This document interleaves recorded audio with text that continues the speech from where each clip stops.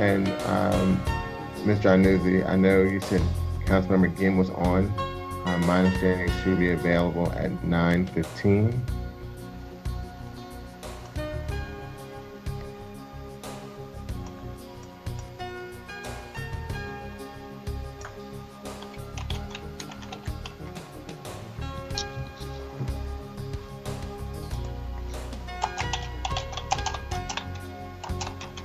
Committee members and participants, we are now live. Sir, could you please go on mute while typing? Yes, if anyone that is on typing, please make sure you're on mute. Good morning, everyone. Committee on Finance. We'll get started in a few moments. And this is a committee regarding bills numbers 210681, 210682, and 210684.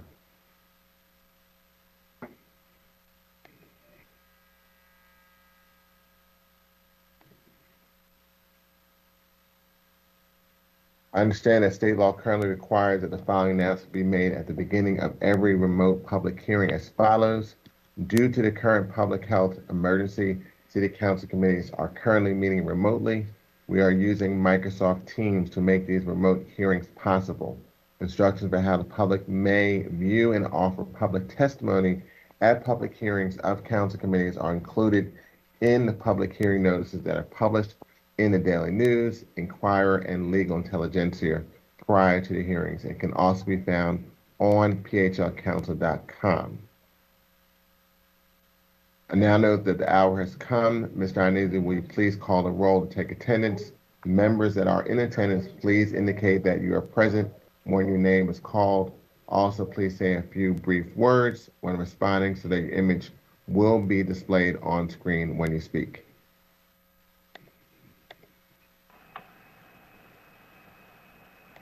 Councilmember Cindy Bass. Good morning, Mr. Chairman and colleagues and guests. I am present. Good morning. Morning. Councilmember Allen. Good morning, Councilmember Mr. Chair and colleagues. Good morning.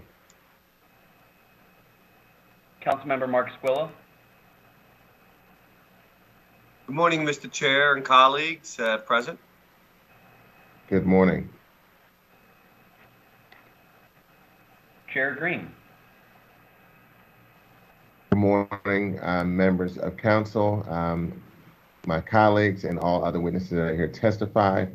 I know Councilman McGinn will be on in a few moments. When she attends, we will make a formal acknowledgement that we have quorum, and right now we're going to call this hearing to order. This is the public hearing of the Council Committee on Finance regarding bills number 210681, 210682, 210684. Mr. Arnuzzi, will you please read the titles of the bills? Bill number 210681, an ordinance approving the 2021-2022 Neighborhood Preservation Initiative Program Statement and Budget, which addresses the expenditure of $100 million by various agencies in the first year of the Neighborhood Preservation Initiative Program, and approving a substantial amendment to the Annual Action Plan 2021-2022, the city's consolidated housing and housing-related expenditures plan to incorporate the program statement and budget into the action plan. Bill number 210682, an ordinance authorizing the city treasurer on behalf of the city to enter into an agreement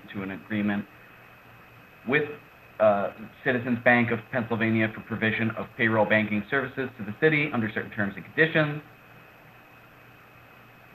And bill number 210684, an ordinance authorizing generally the continued issuance and sale by the city of Philadelphia of gasworks revenue notes of the city, prescribing the forms of notes and providing for their execution and payment, pledging certain revenues of the gasworks as security, adopting a rate of covenant, and directing the imposition and collection of rates and charges sufficient to comply therewith, prescribing the conditions precedent to the issuance of specific series of notes, including resolution passed by the bond committee, providing for establishment of credit support for notes, providing for designation of a fiscal agent and sinking fund depository, providing for establishment of a sinking fund and its management, providing remedies upon default, and providing for amendments and modifications.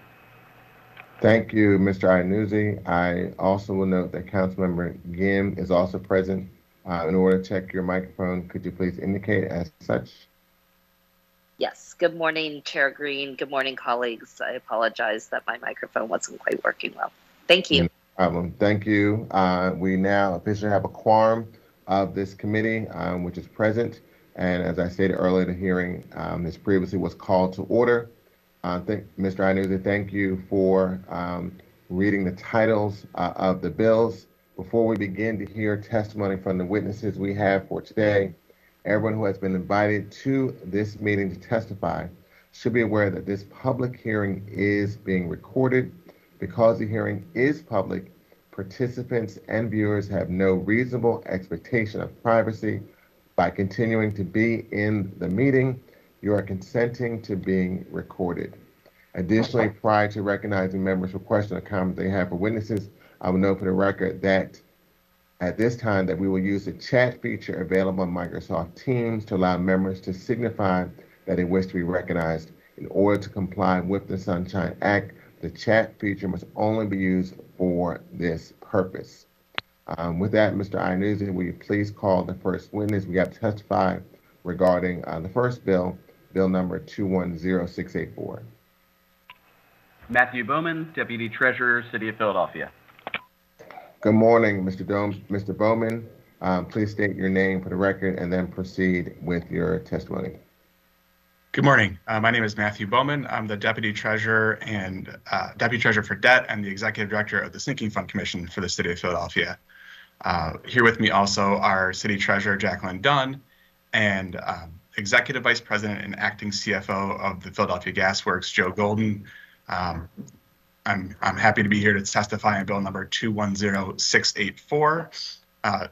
This bill would provide continued authorization for the Gas Works to issue Gas Works revenue notes in an aggregate principal amount not to exceed $150 million outstanding at any one time. They've had authorization for such programs since 2013.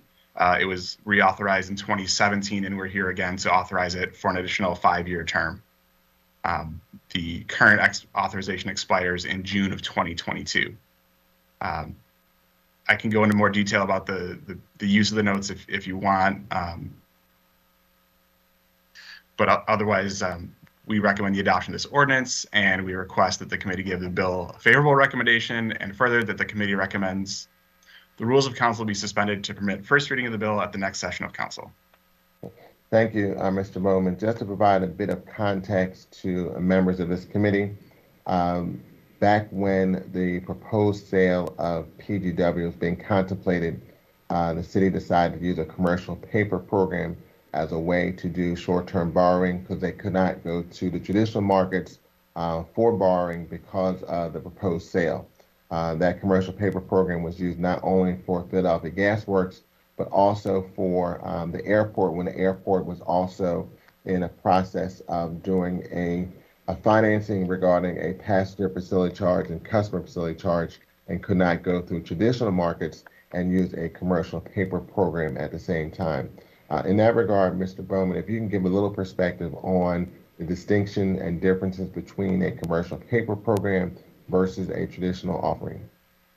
Sure. So commercial paper is basically once a program is put in place, it can be issued much faster, usually for smaller amounts at any one time. And it's a very short-term vehicle. It can only be outstanding for up to 270 days.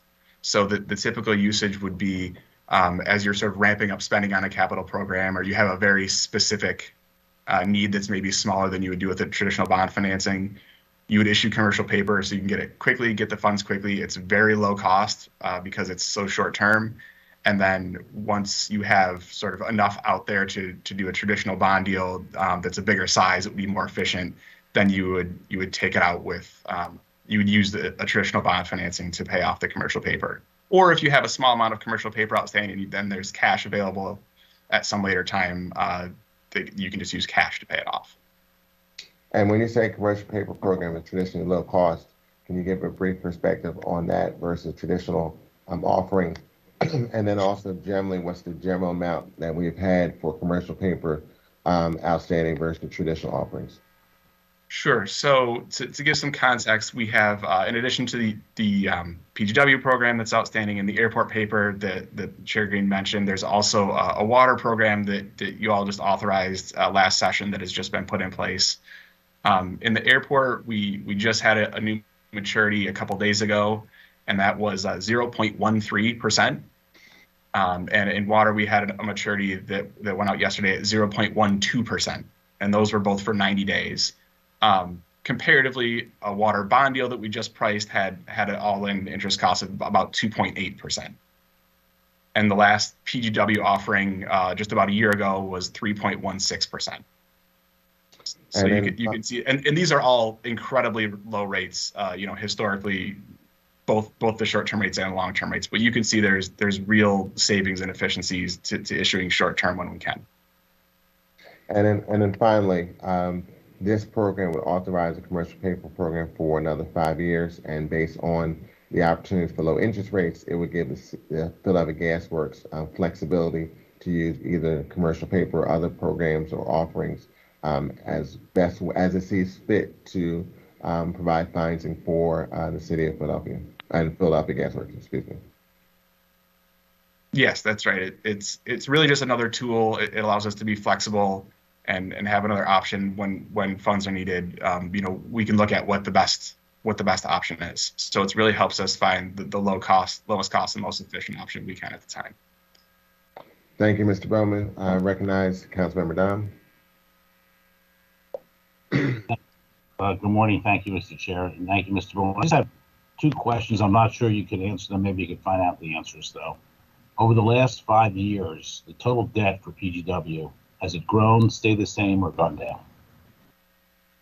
I would say it's been mostly stable, has grown slightly. We did a new money issue last year, but we've also done a couple of refundings, and the Gasworks just recently used some cash to defease a small amount of bonds for a nice bit of savings as well.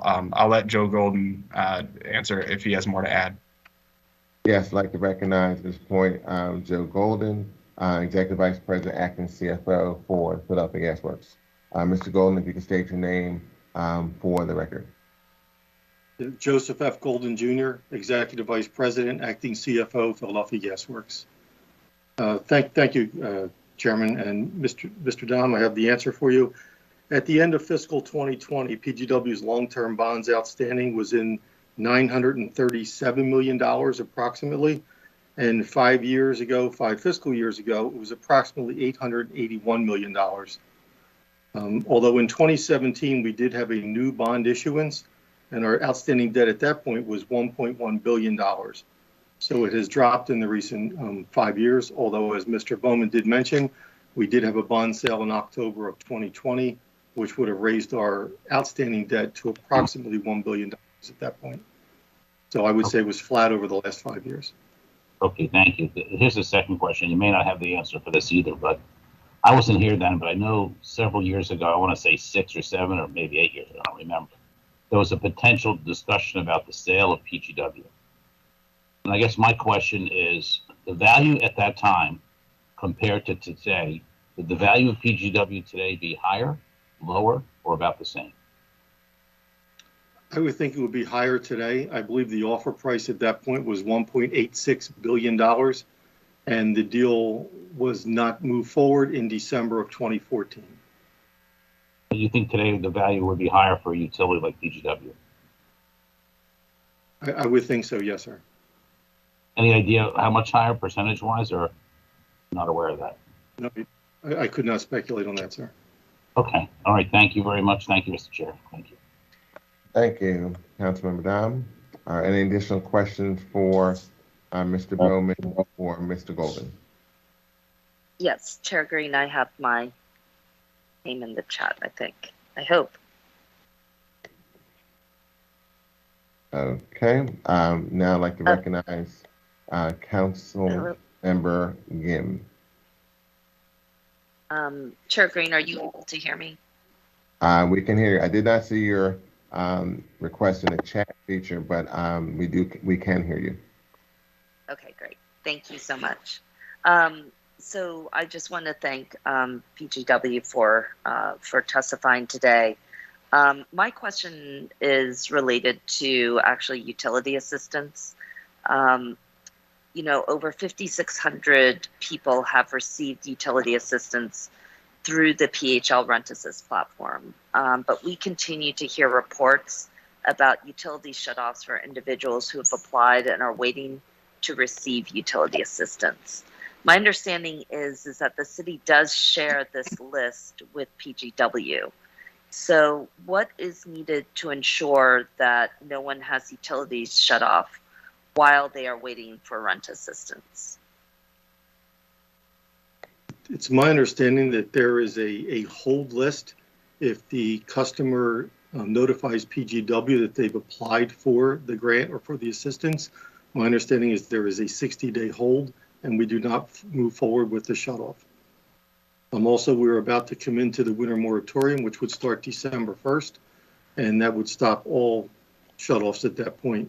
So within another few days, or rather already now, the 60-day window would prohibit shutoffs through what would now be April 1st of 2022, if they're in that window, which would be coterminous with the winter moratorium. I guess one of my questions is, why would the customer need to notify PGW if the city is sending PGW the list of customers who have applied for rent assistance or utility assistance? I don't have that detail, council member. Is that something that we could work with PGW on? Gladly. Right after this call, I'll call the person in that area, yes. Thank you so much. And just as a point of information, and I'm not sure if this has been sent to all members of council, and I did make this request.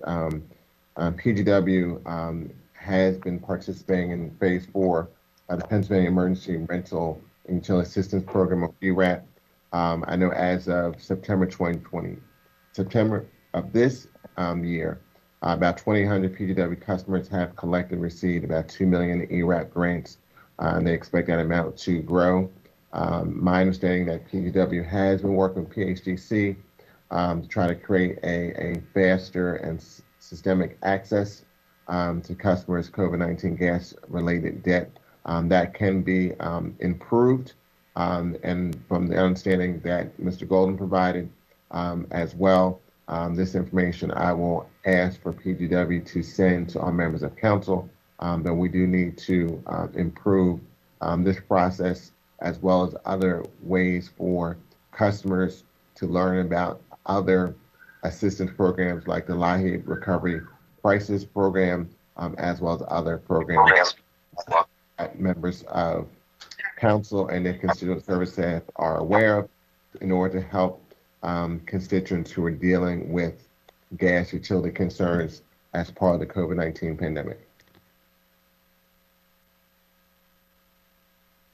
Thank you so much, Mr. Chair. I know. Thank you for the clarification. Are there any additional questions for either Mr. Bowman or Mr. Golden?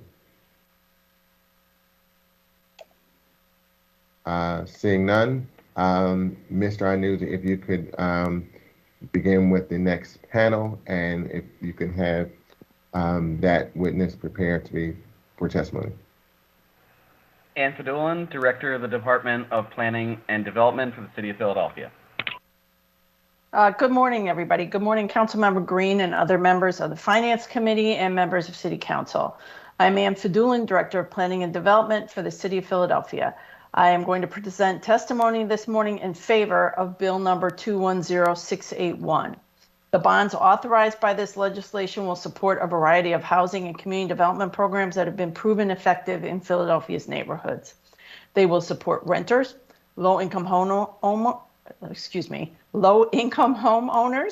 first-time home buyers, people with disabilities, and small landlords. These programs help stabilize communities and help residents build generational wealth.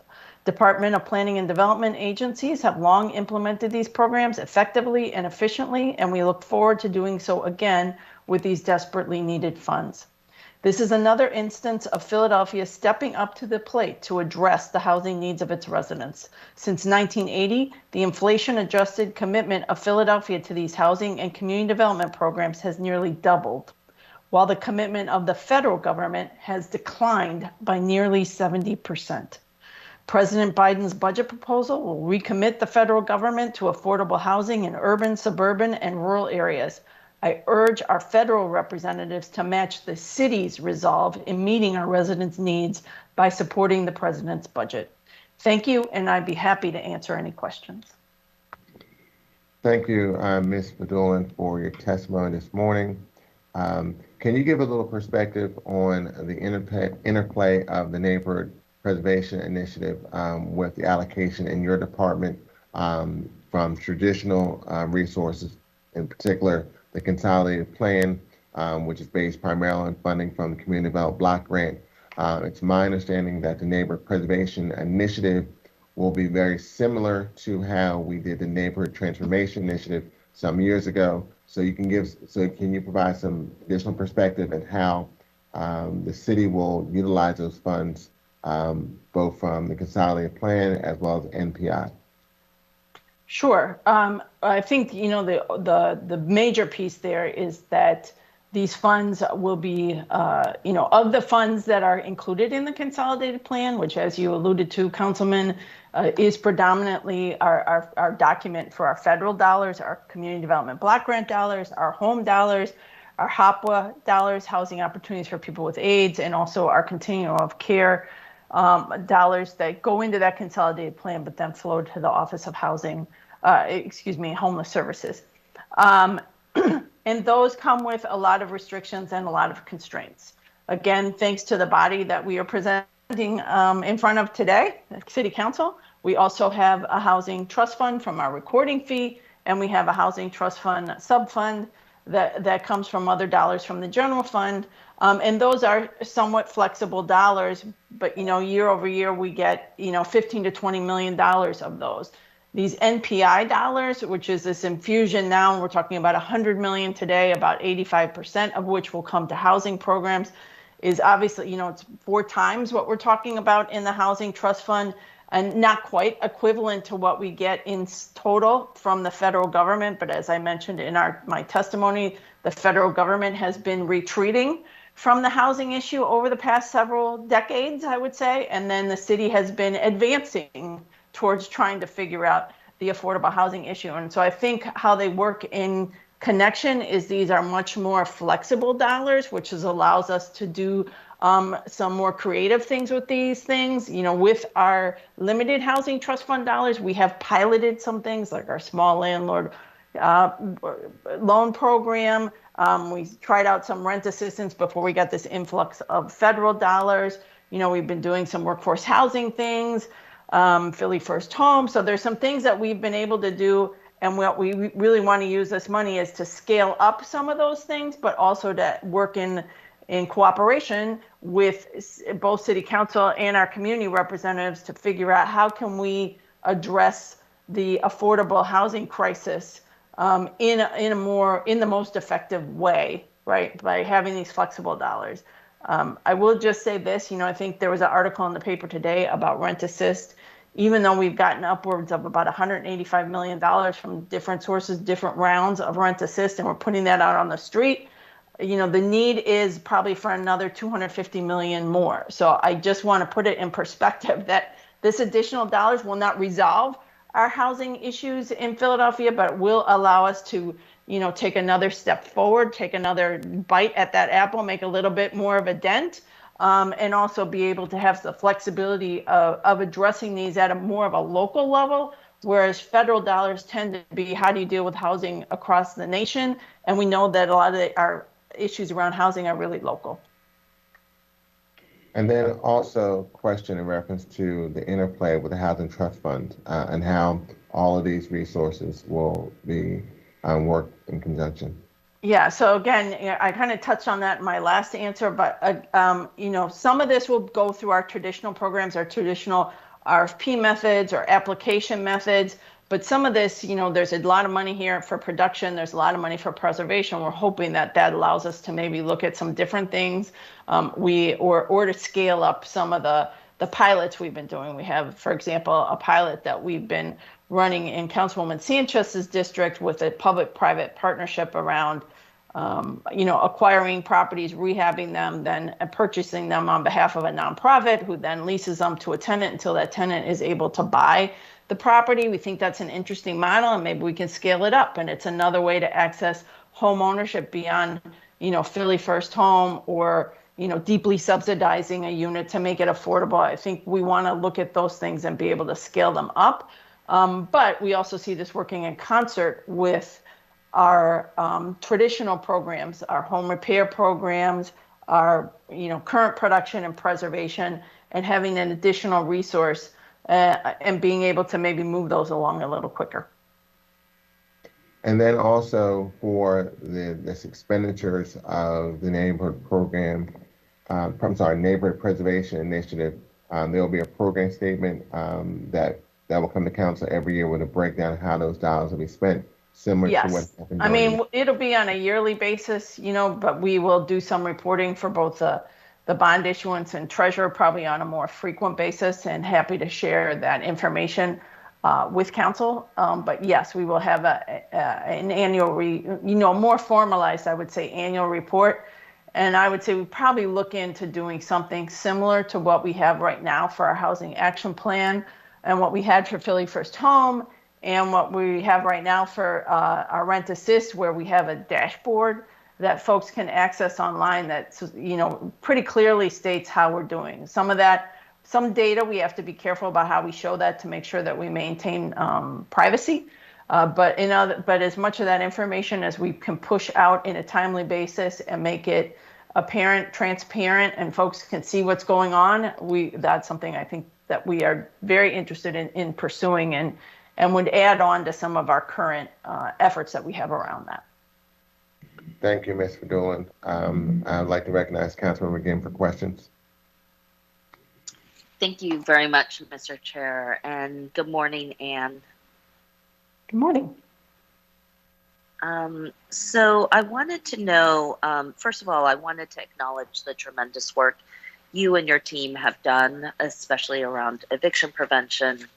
It's been quite amazing, a year after an uncertain time when programs like diversion get underway with not a whole lot of promise of money, how much the city has been able to lead, I think, as you mentioned on that local framework, becoming not only being able to distribute,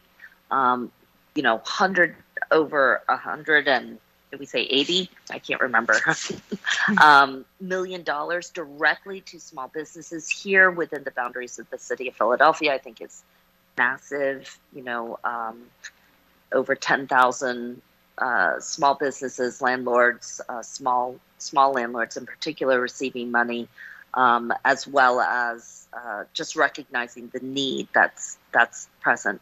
Obviously, this work has not only allowed us to reduce evictions at a level that I think is pretty unbelievable, from 20,000 evictions processed a year to under 4,500 last year, actually. And, I think our goal is to show that there are alternatives to eviction, and that we can get people out of terrible situations without an eviction record being permanent following them.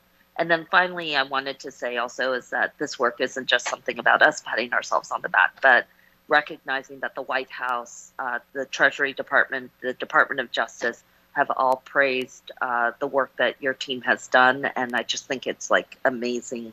Kudos to you to do things in a time of uncertainty. But I think it re-underscores that when we have strong policy ideas that are led at the local level by experiences that we see, we can actually drive resources and become a national model. So I think your idea of leading locally, recognizing the need for federal money, because we could not have done this without the federal partnership, but that the local leading, the local voices and the local advocacy and local capacity building has made all the difference. That being said, I did have a number of questions. So could you clarify the shallow rent assist that's allocated within NPI? Is that going back to the same type of program with the restrictions around it that were related to keeping people mostly in PHA housing rent stable, or are you seeing an expansion of the shallow rent assist program to people beyond I'm talking about the program that launched in January of 2020? So a couple things. I just have to comment on the first part of what you said, because I just thank you for the kudos to the team, but I just want to emphasize that word team, right?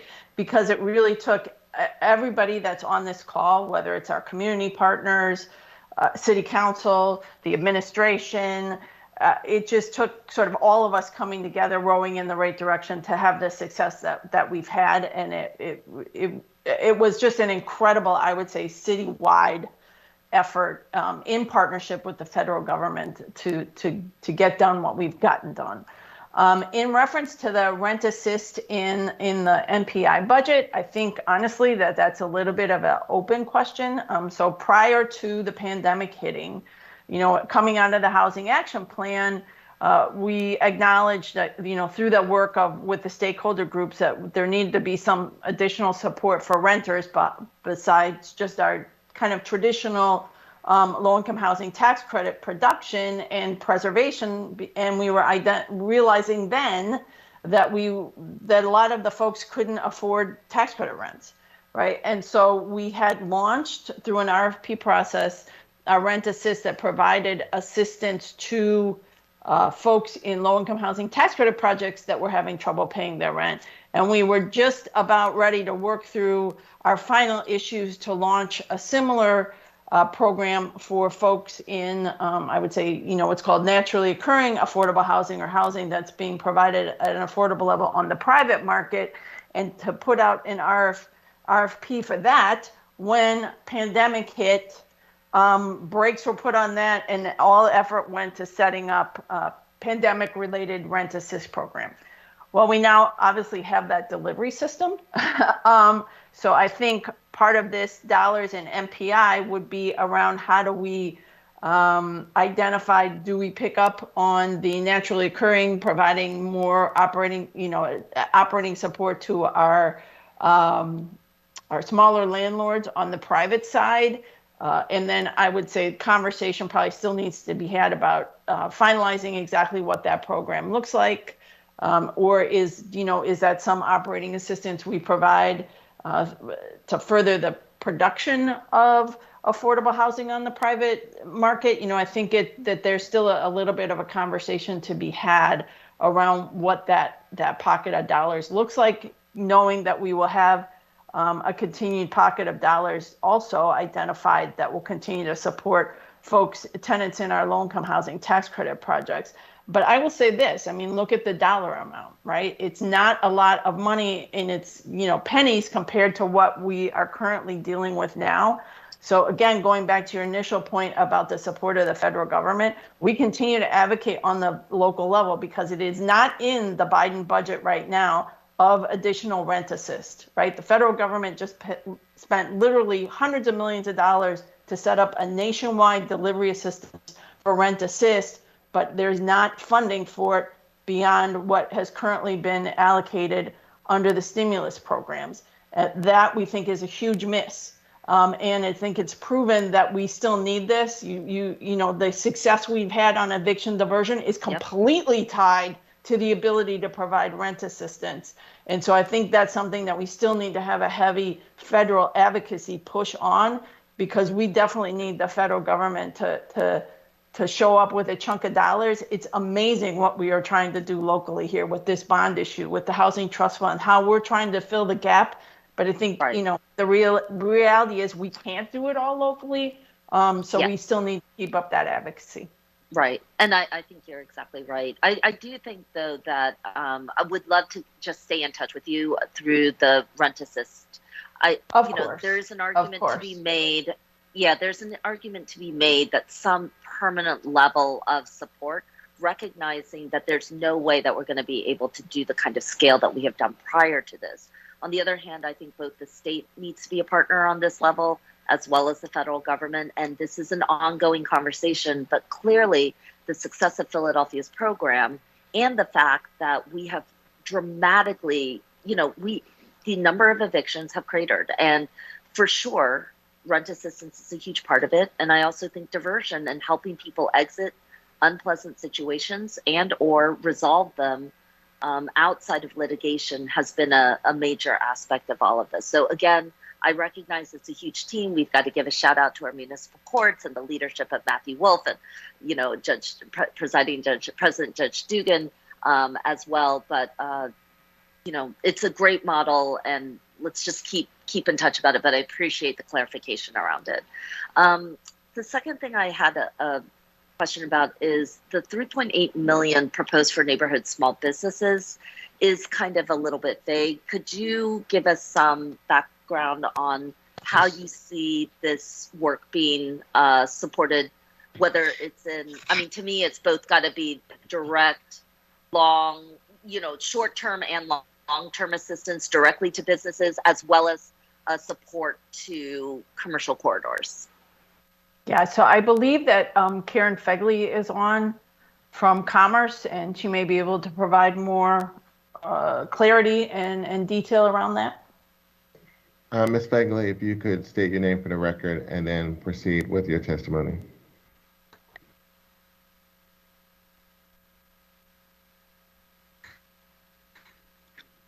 Sorry, I was slow there.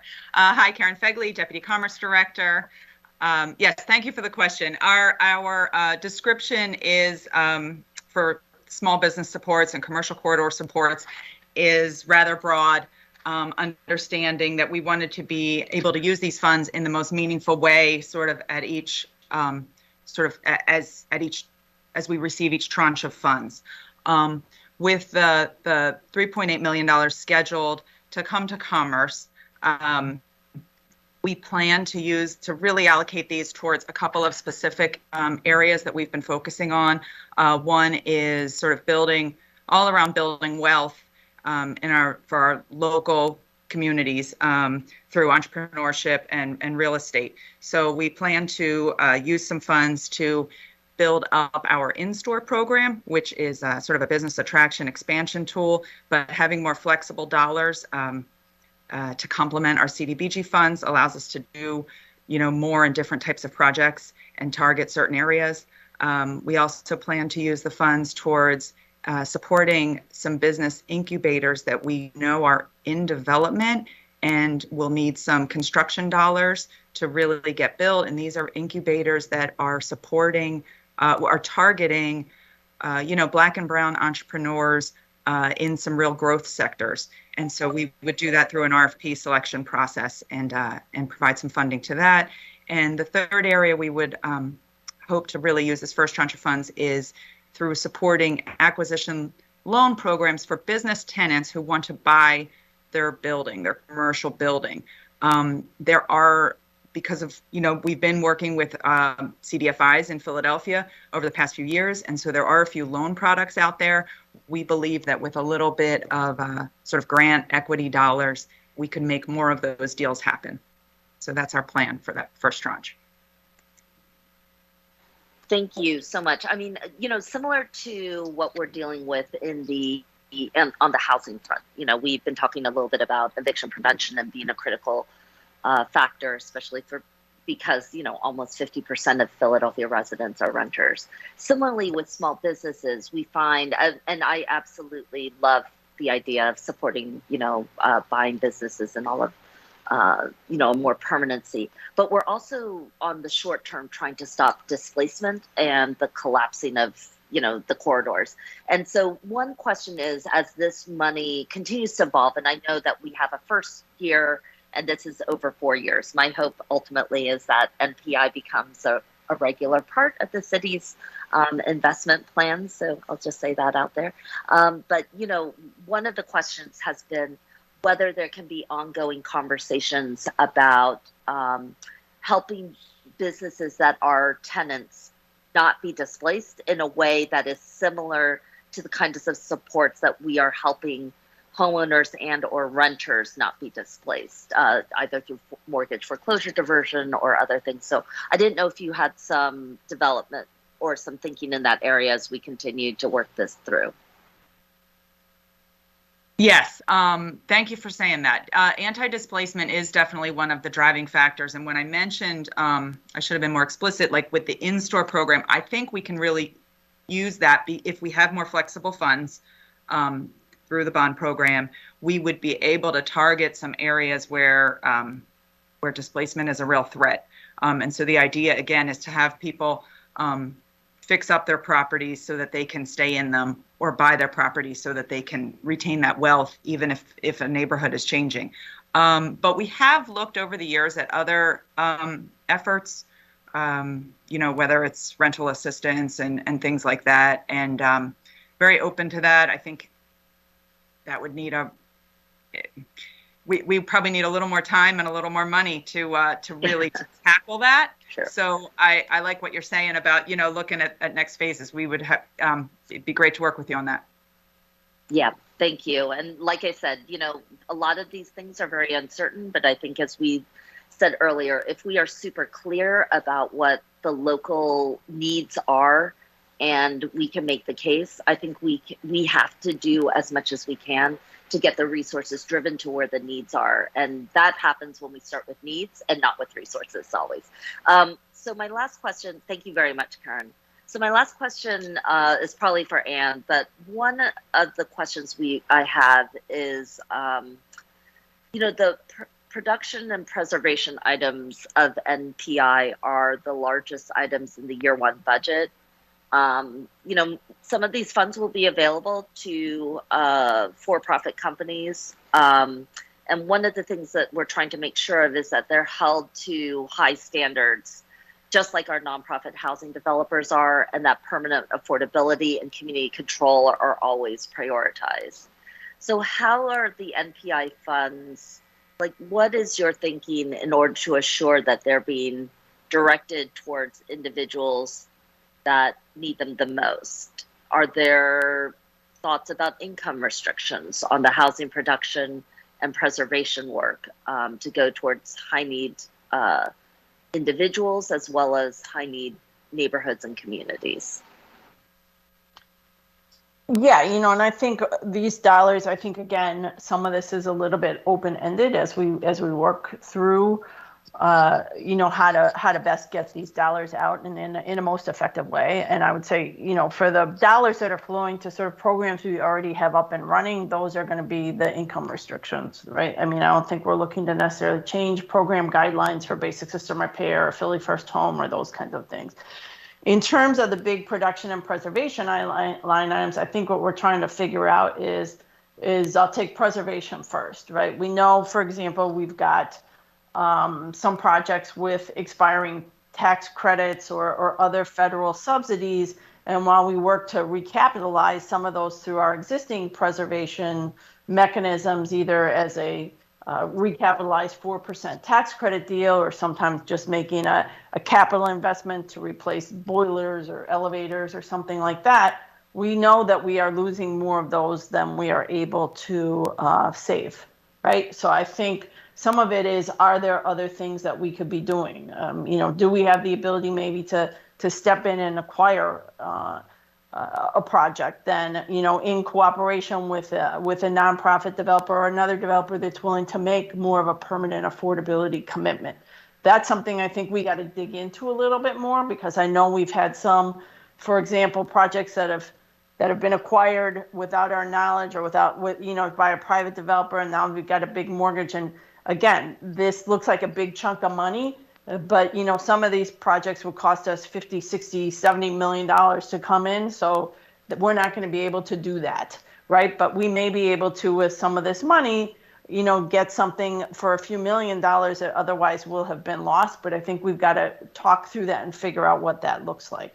So again, with this type of money and flexible money, it allows us to have different conversations about how we would preserve units. And also, I don't know if you've had a chance to take a look at it, Councilwoman, but there was an effort in cooperation with our office and the Urban Land Institute to do a study about how can we preserve more of our naturally occurring affordable housing, because as we know, our predominant source of affordable housing in this city is actually through the private sector and the private market. So what can we do with those landlords, which are, again, predominantly small landlords, to make sure that they can hold on to those properties, that those properties are of good quality, and also that they continue to remain affordable over the long term. So I think those are some things on the preservation side. On the production side, again, traditionally we've either done tax credit projects for rental, or we've done home ownership, and we kind of pulled away from the traditional model of home ownership, which was to provide a significant subsidy into the capital stack in order to buy that cost down ultimately to the homeowner. And that sort of stopped during the recession because folks couldn't get a mortgage. There was just no credit to be had, and there were some other things. And that's why we developed Philly First Home, because there are affordable properties to buy in our market, but people couldn't have the down payment. I think now what we're seeing with prices continuing to escalate is even with the Philly First Home and that down payment assistance, properties are continuing to be priced out of the reach of too many of our homeowners. So I think some of this production money is, do we look at increasing our assistance directly to a homeowner, to a potential homeowner, in order for them to have access to a home ownership unit that, again, would help hopefully to build generational wealth, and we'd start to chip away at that issue, particularly with our lower income residents and our residents, our residents of color. So I think, we're trying to look at, are there different production models than what we've traditionally had that will allow us to produce more units and produce them in a quicker manner.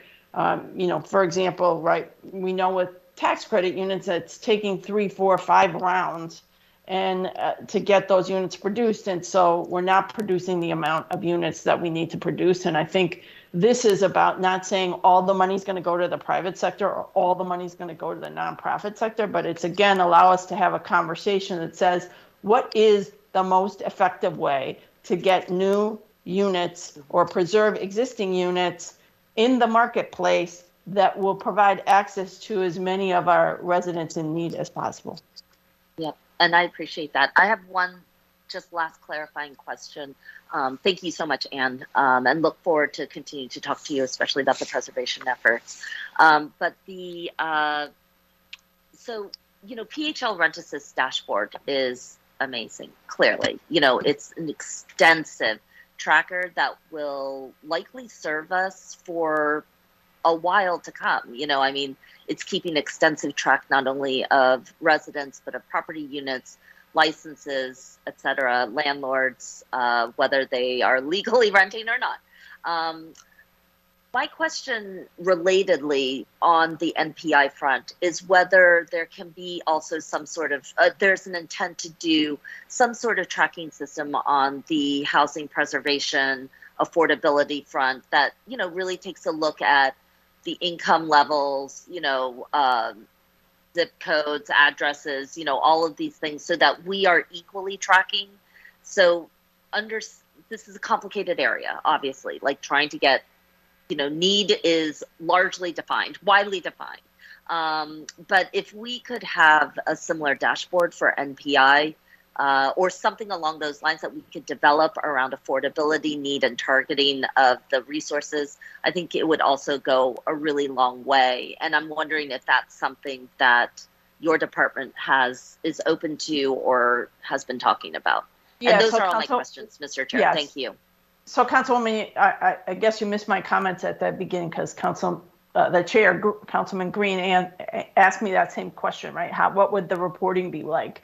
And we said, although, yes, we do an annual report, what we hope to do is set up either something similar to those dashboards that we have for the Housing Action Plan, Rent Assist, and we were able to provide some data, similar kinds of things for Philly First Home. Either we would add this as sort of an adjunct to our overall housing dashboard, or we'd set up something similar.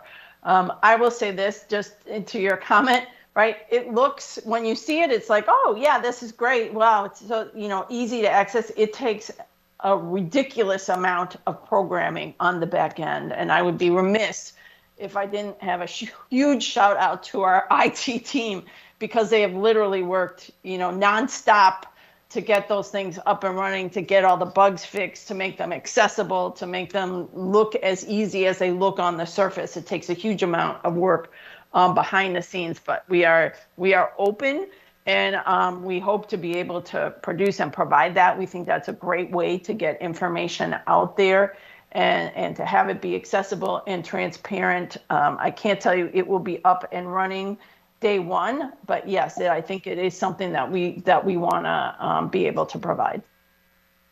Yes, and just for clarity, I know Councilmember Green had talked about annual reporting, and I was trying to get more detailed on the level that we do on a more regular basis via the PHL dashboard. So I appreciate all of that. Thank you very much, Mr. Chair. Thank you. Thank you, Councilmember Gim, for your questions. Just one other point I would like also to state in reference to the acquisition opportunities that Ms. Bakley talked about regarding the MPI dollars on commercial corridors. I hope that in addition to that opportunity, we talk with organizations like PA CEO Kevin McPhillips, who's been working on employee stock ownership plans, which is another opportunity to have employees of businesses that are interested in acquiring a business from an existing business owner, as well as the ability to acquire that property, which helps to keep our businesses on our commercial corridors. As many of us know, that we have a impending silver tsunami of those who are seasoned, as my father would say, that are retiring from business or the companies that they started, the small businesses that they started, and may not have a second generation within their family that's interested in acquiring those businesses. So working with organizations like PA CEO, which has been working in Pittsburgh and other jurisdictions around the Commonwealth, can provide an opportunity for some of those dollars to be used in conjunction with employees who are interested in acquiring those businesses, both from a real estate perspective as well as acquiring the business as a whole through the concept of employee stock ownership plans. I also like to note for the record that Councilmember David O was also here in the hearing, and I see Councilmember Dom has a question. Thank you, Mr. Chair, and good morning, Ann, and thank you for your department's work this year. My questions, I have several questions, and you can give me very brief answers. They don't have to be long answers, but on the rental assistance, which is about 15 million over 4 years, how many people do you think we're going to assist in that with the rental assistance ballpark?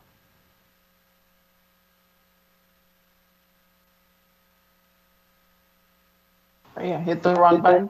So I think on average we have been, I'm just trying to look it up really quickly. I think we've been handing out about, let me see, what's our average ask that we've gotten there. Our average ask has been around $7,500, which is rent assist and utilities. So, I don't know that we'll be able to continue the utilities, but let's say it's $7,000 to $7,500 a person. So, divide that by that amount of money, and that should give you the number. Okay, thank you. And then the next question, the basic system repair program, what is that averaging typically? What is the basic system repair overall? Like, is it 10,000, 20,000? What's the average there? So I think it has been around 12,000. I know Dave is on the call, but you want a quick answer. So I'll just tell Dave to send you something if I'm misstating. But I do think that we're seeing that cost go up just because of what's happening in the construction industry and the supply chain right now, right? The cost of materials is going up. And so I think that average cost may be going up. Dave, you want to chime in there for a second? Yes, David Thomas, President and CEO of PHDC.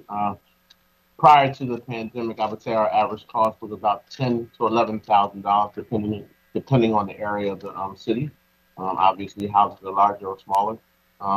Since pandemic, as Ann pointed out, supply has been a big challenge, and our numbers we've seen almost a 40% increase in that cost. So we're looking at probably about $12,000 to $13,000 easily right now.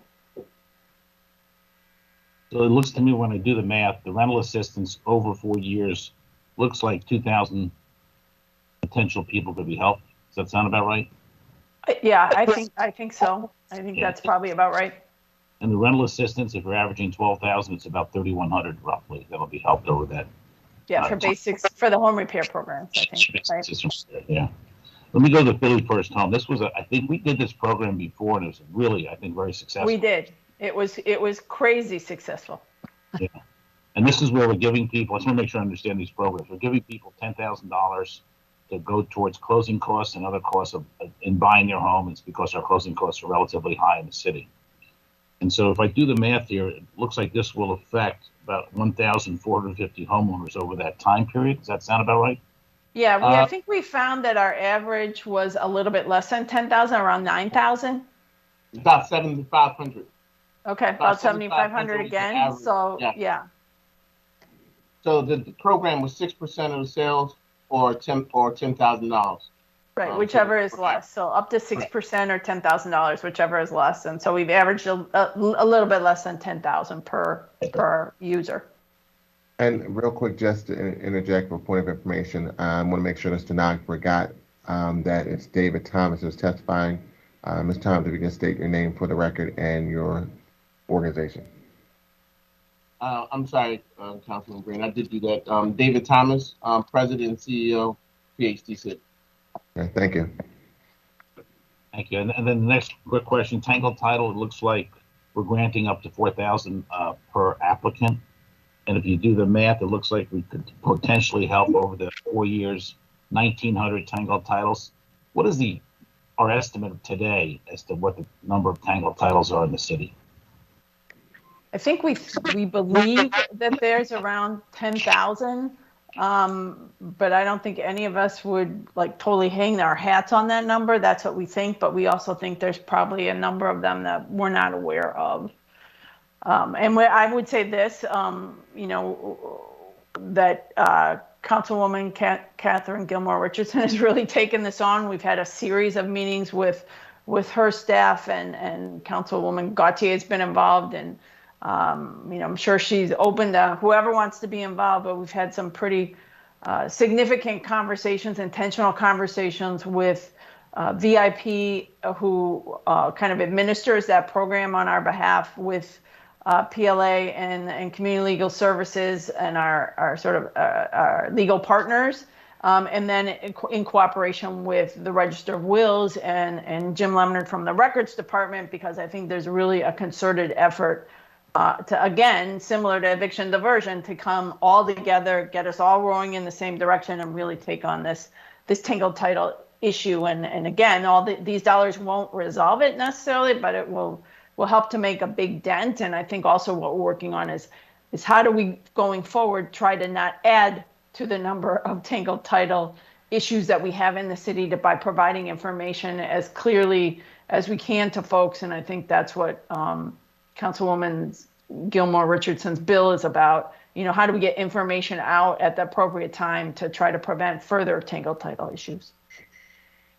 And the next question is on the affordable housing production, which looks like it's just over 25% of the total borrowing of the $400 million. It's about $113 million over 4 years. The blueprint for home ownership in the bill, it says it provides loans of up to $100,000. Can you just explain that program so I can understand it a little better?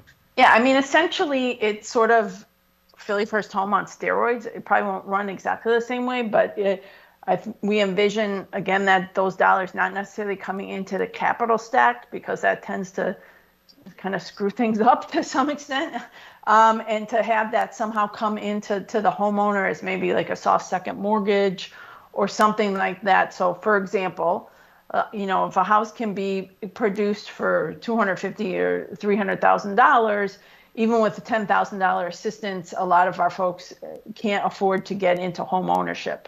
And so this would be some additional assistance probably a longer term amortization, not 100% sure of exactly what the amortization terms would look like, but it would take that $250,000 or $300,000 house and potentially buy it down, by $100,000 or probably a little less than that, given closing costs and things like that, and probably take the form of some kind of a second mortgage.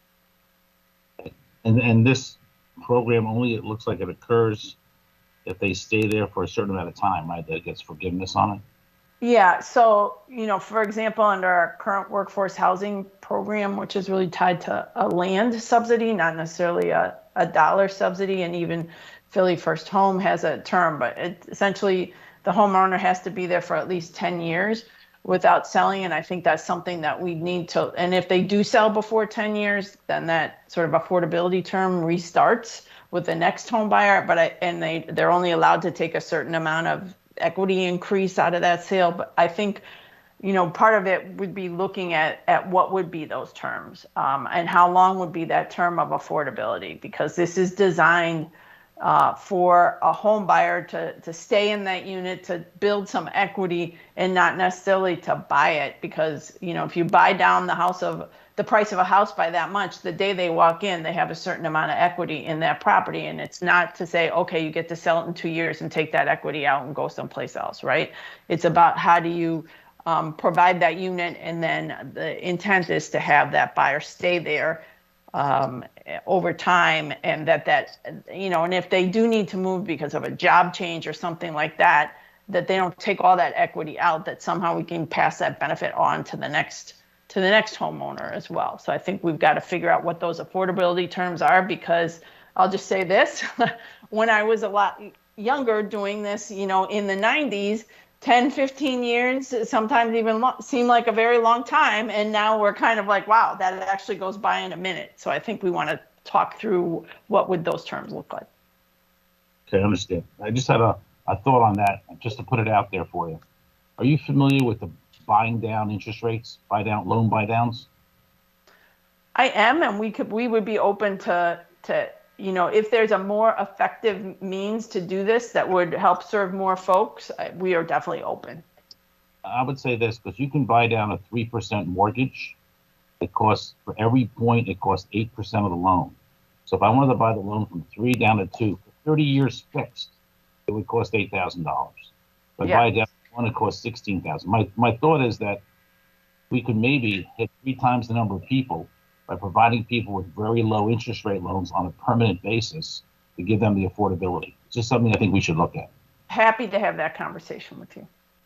And then, thank you very much. And that, by the way, that conversation could also be around, I think my colleague, Councilmember Ginn, brought up the commercial quarters, helping those businesses buy their properties. You could do the same tool with them on a buy down of a commercial loan. So I just think it's an option we should look at, because in the long run, most businesses make their money, small businesses, on the ownership of the real estate, more so than the ownership of the business. So if we can help them own their business or own the real estate, that'd be a big benefit. Last question, Ann, I wanted to see if some of these costs that were fees that we're going to invest, like, could we invest them in that social progress index that would help us monitor whether or not our investments are having an impact in our communities by using this internationally developed tool? I don't know if you're familiar with the social progress index.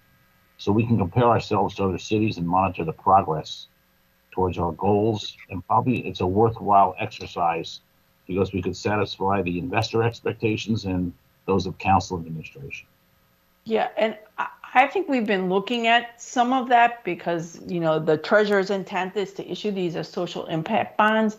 But again, happy to have that conversation to further connect those dots.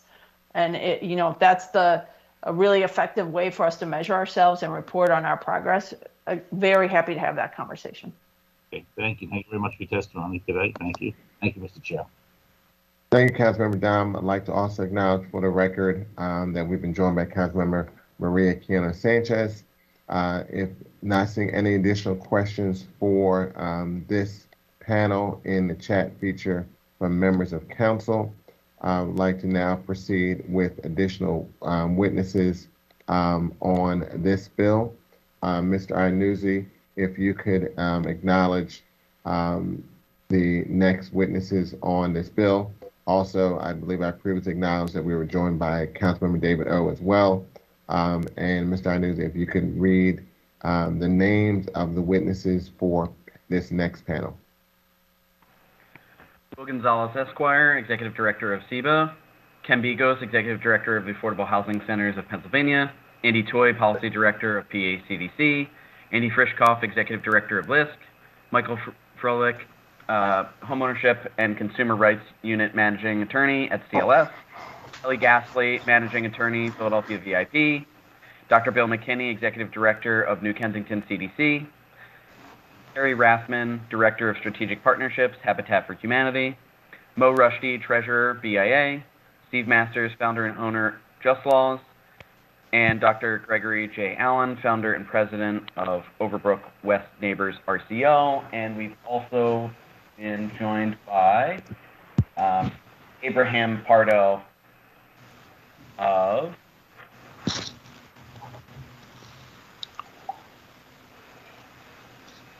the Urban League of Philadelphia. Thank you, Mr. Iannuzzi. If each witness could state your name for the record and then provide your testimony and proceed in the order as stated by Mr. Iannuzzi. Good morning, buenos dias. Do you hear me? My name is Will Gonzalez. Yes, please proceed with your testimony. Thank you. Thank you, sir. I am the Executive Director of SEBA. SEBA is a coalition of Latino community-based organizations in Philadelphia. SEBA is the backbone of the Latino Equitable Development Collective. SEBA respectfully requests that the program statement and budget, which addresses the city's expenditure of $100 million in the first year of NPI, take into account the following. Please prioritize affordable housing development by trusted community partners. Philadelphia and its Latino community have a robust and experienced CDC ecosystem that can magnify all investments in affordable housing development that you make with them. This enhancement of NPI investments will also buttress the social service work that many of these CDCs are doing to meet City Council's goal of lifting 100,000 people from poverty through the promise of the Poverty Action Fund. We also respectfully request that you ensure that affordable housing development for low-income communities takes place, especially for those on the lower rungs of the AMI spectrum. This is where the challenges of developing affordable housing are and where transformational efforts like NPI will have its largest impact. Further, we ask to maximize accountability and transparency in NPI investments. We want to make sure that NPI funding is spent effectively in every sense of the word. This includes ensuring that Philadelphians who are limited English proficient are served. Historically, Spanish speakers have had difficulty accessing programs like the Basic System Repair Program. NPI gives us a chance to end this discrepancy once and for all. This accountability must also include monitoring how NPI funds are used to equitably address homelessness.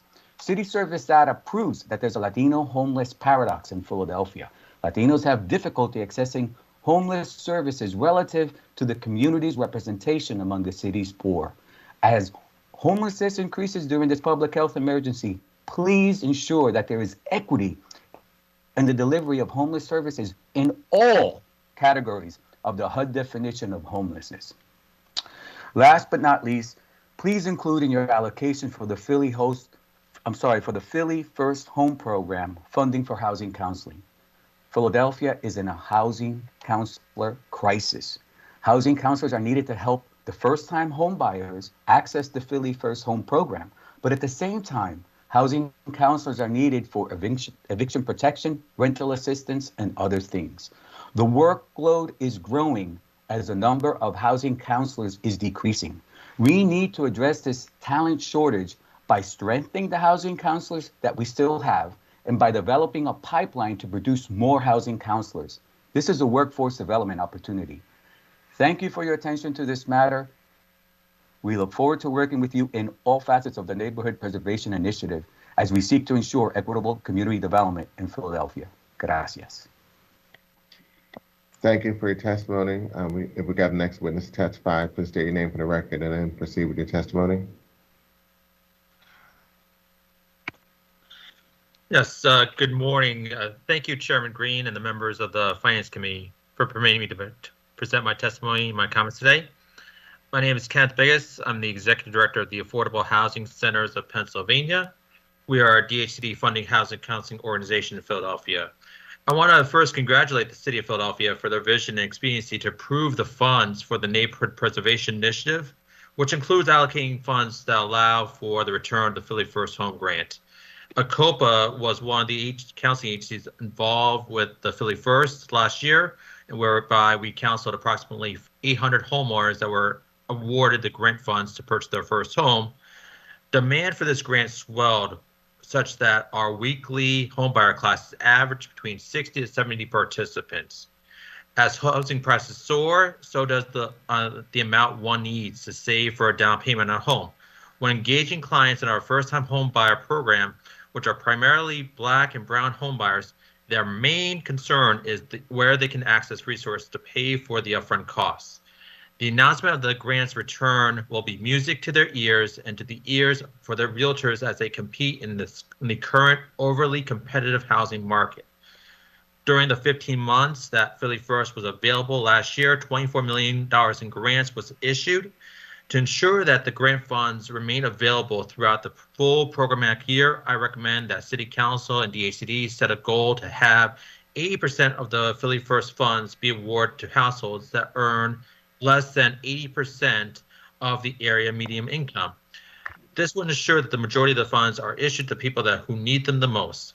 Since the suspension of the Philly First grant, the Pennsylvania Housing Finance Agency created its own down payment assistance program, which has has income guidelines beyond the 120% of AMI threshold, called the Keystone Forgiveness and 10 KFIT program.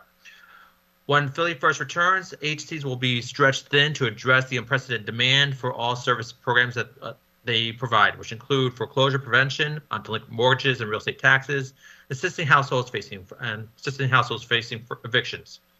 Last year, ACOPA and DHCD agencies were able to devote all their counseling staff to support the interminable demand for home buyers wanting the Philly First grant, thanks to the moratoriums that were placed on evictions and foreclosures. Those moratoriums have ended, and requests for such assistance is on the rise. Within the next few months, households will exit their forbearance agreement without a plan from their lenders on how to resume their mortgage payments. In an article from the Philadelphia Inquirer, experts predict the biggest wave of homeowners exiting a forbearance plan will be September and October. The mortgage foreclosure delinquency rates for FHA homeowners are similar to the rates of foreclosure during the last decade during the mortgage foreclosure crisis. As we saw from the Great Recession, the interventions provided by housing counselors enabled a workout plan to be completed to keep the family in their home. So I request the City Council and the administration recognize the unprecedented need by allocating $1 million from the Philly First funds to go towards providing housing counseling services. This was the same request that the housing council community and other advocates requested during the FY22 budget negotiations.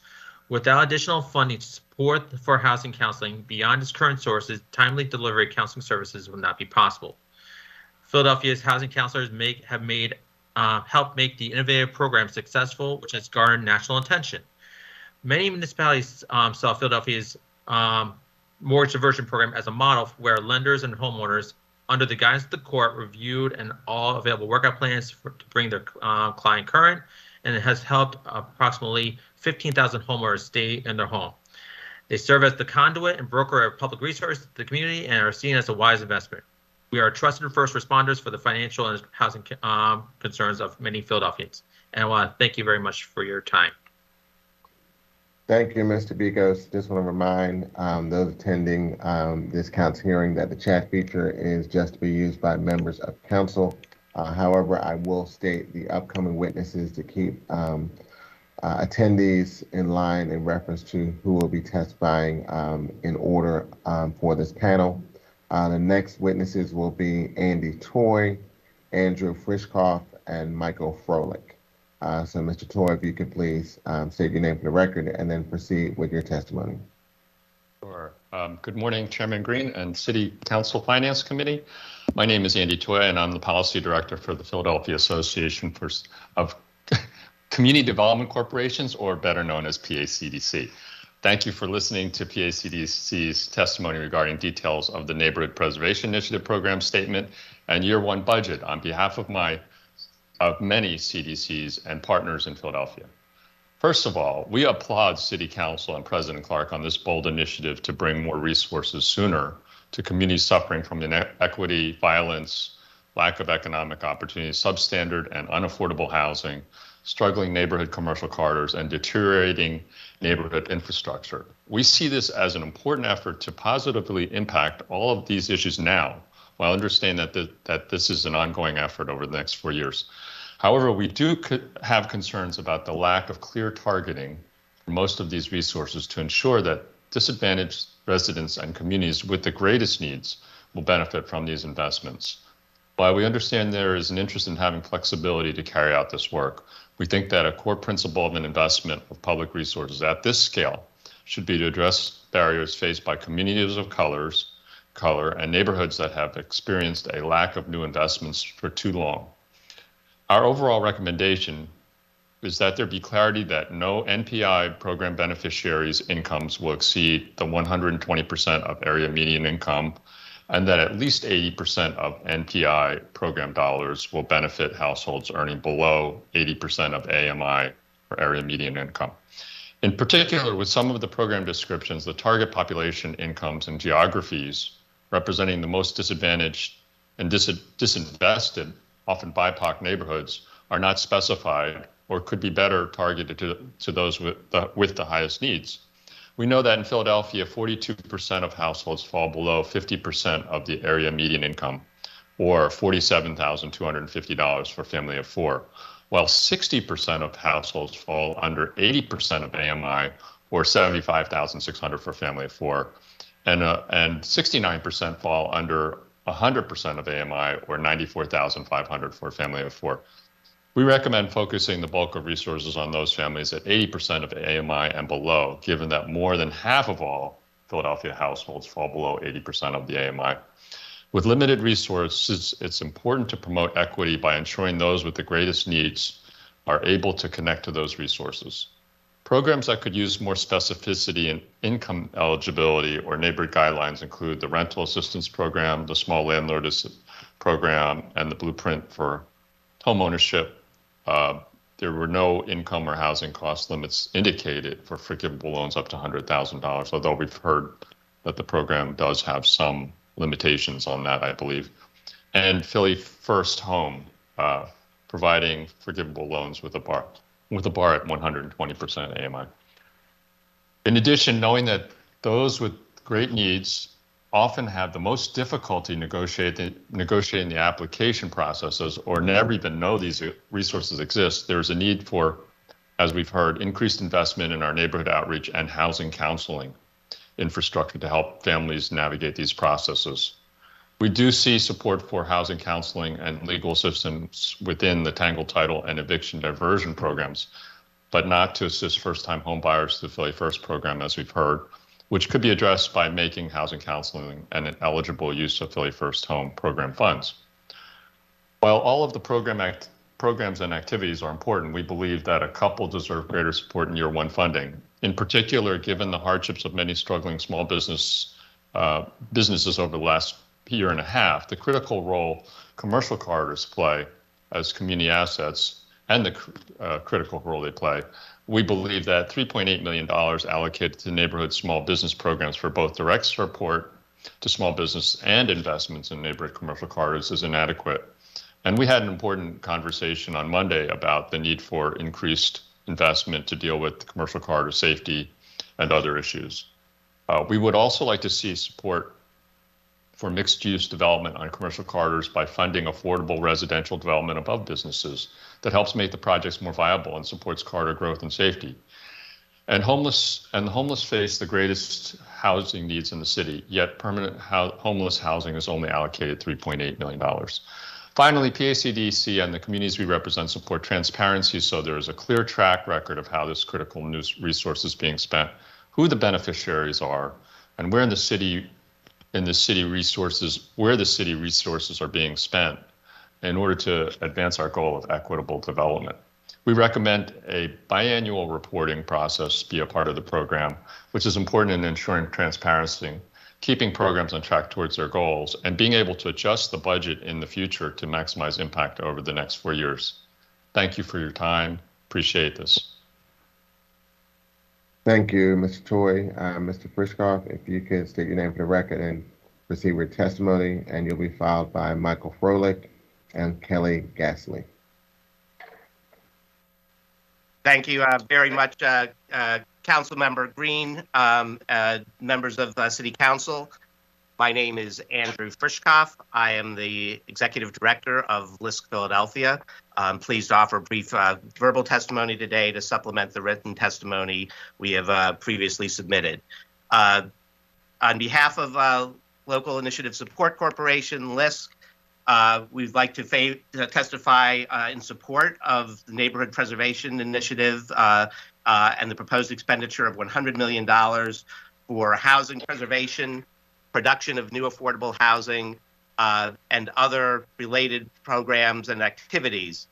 As the nation's largest nonprofit intermediary supporting neighborhoods, LISC recognizes the challenges confronting our residents and communities and the needs for public action such as NPI to support them. As the collaborative leader of the Preservation Network, LISC is also acutely aware of the need of significant new funding for preserving publicly assisted affordable rental housing in Philadelphia. While LISC is fully supportive of NPI, we do have some recommendations for strengthening the program statement and adjusting the budget. LISC strongly urges City Council to ensure wise and bold investments by taking the following steps. Increase funding for small businesses and neighborhood commercial corridors, including safety improvements, to at least $6 million in the first year. Add language to the program statement that would prioritize funding for projects and programs that benefit Philadelphia residents earning below 80% of area median income.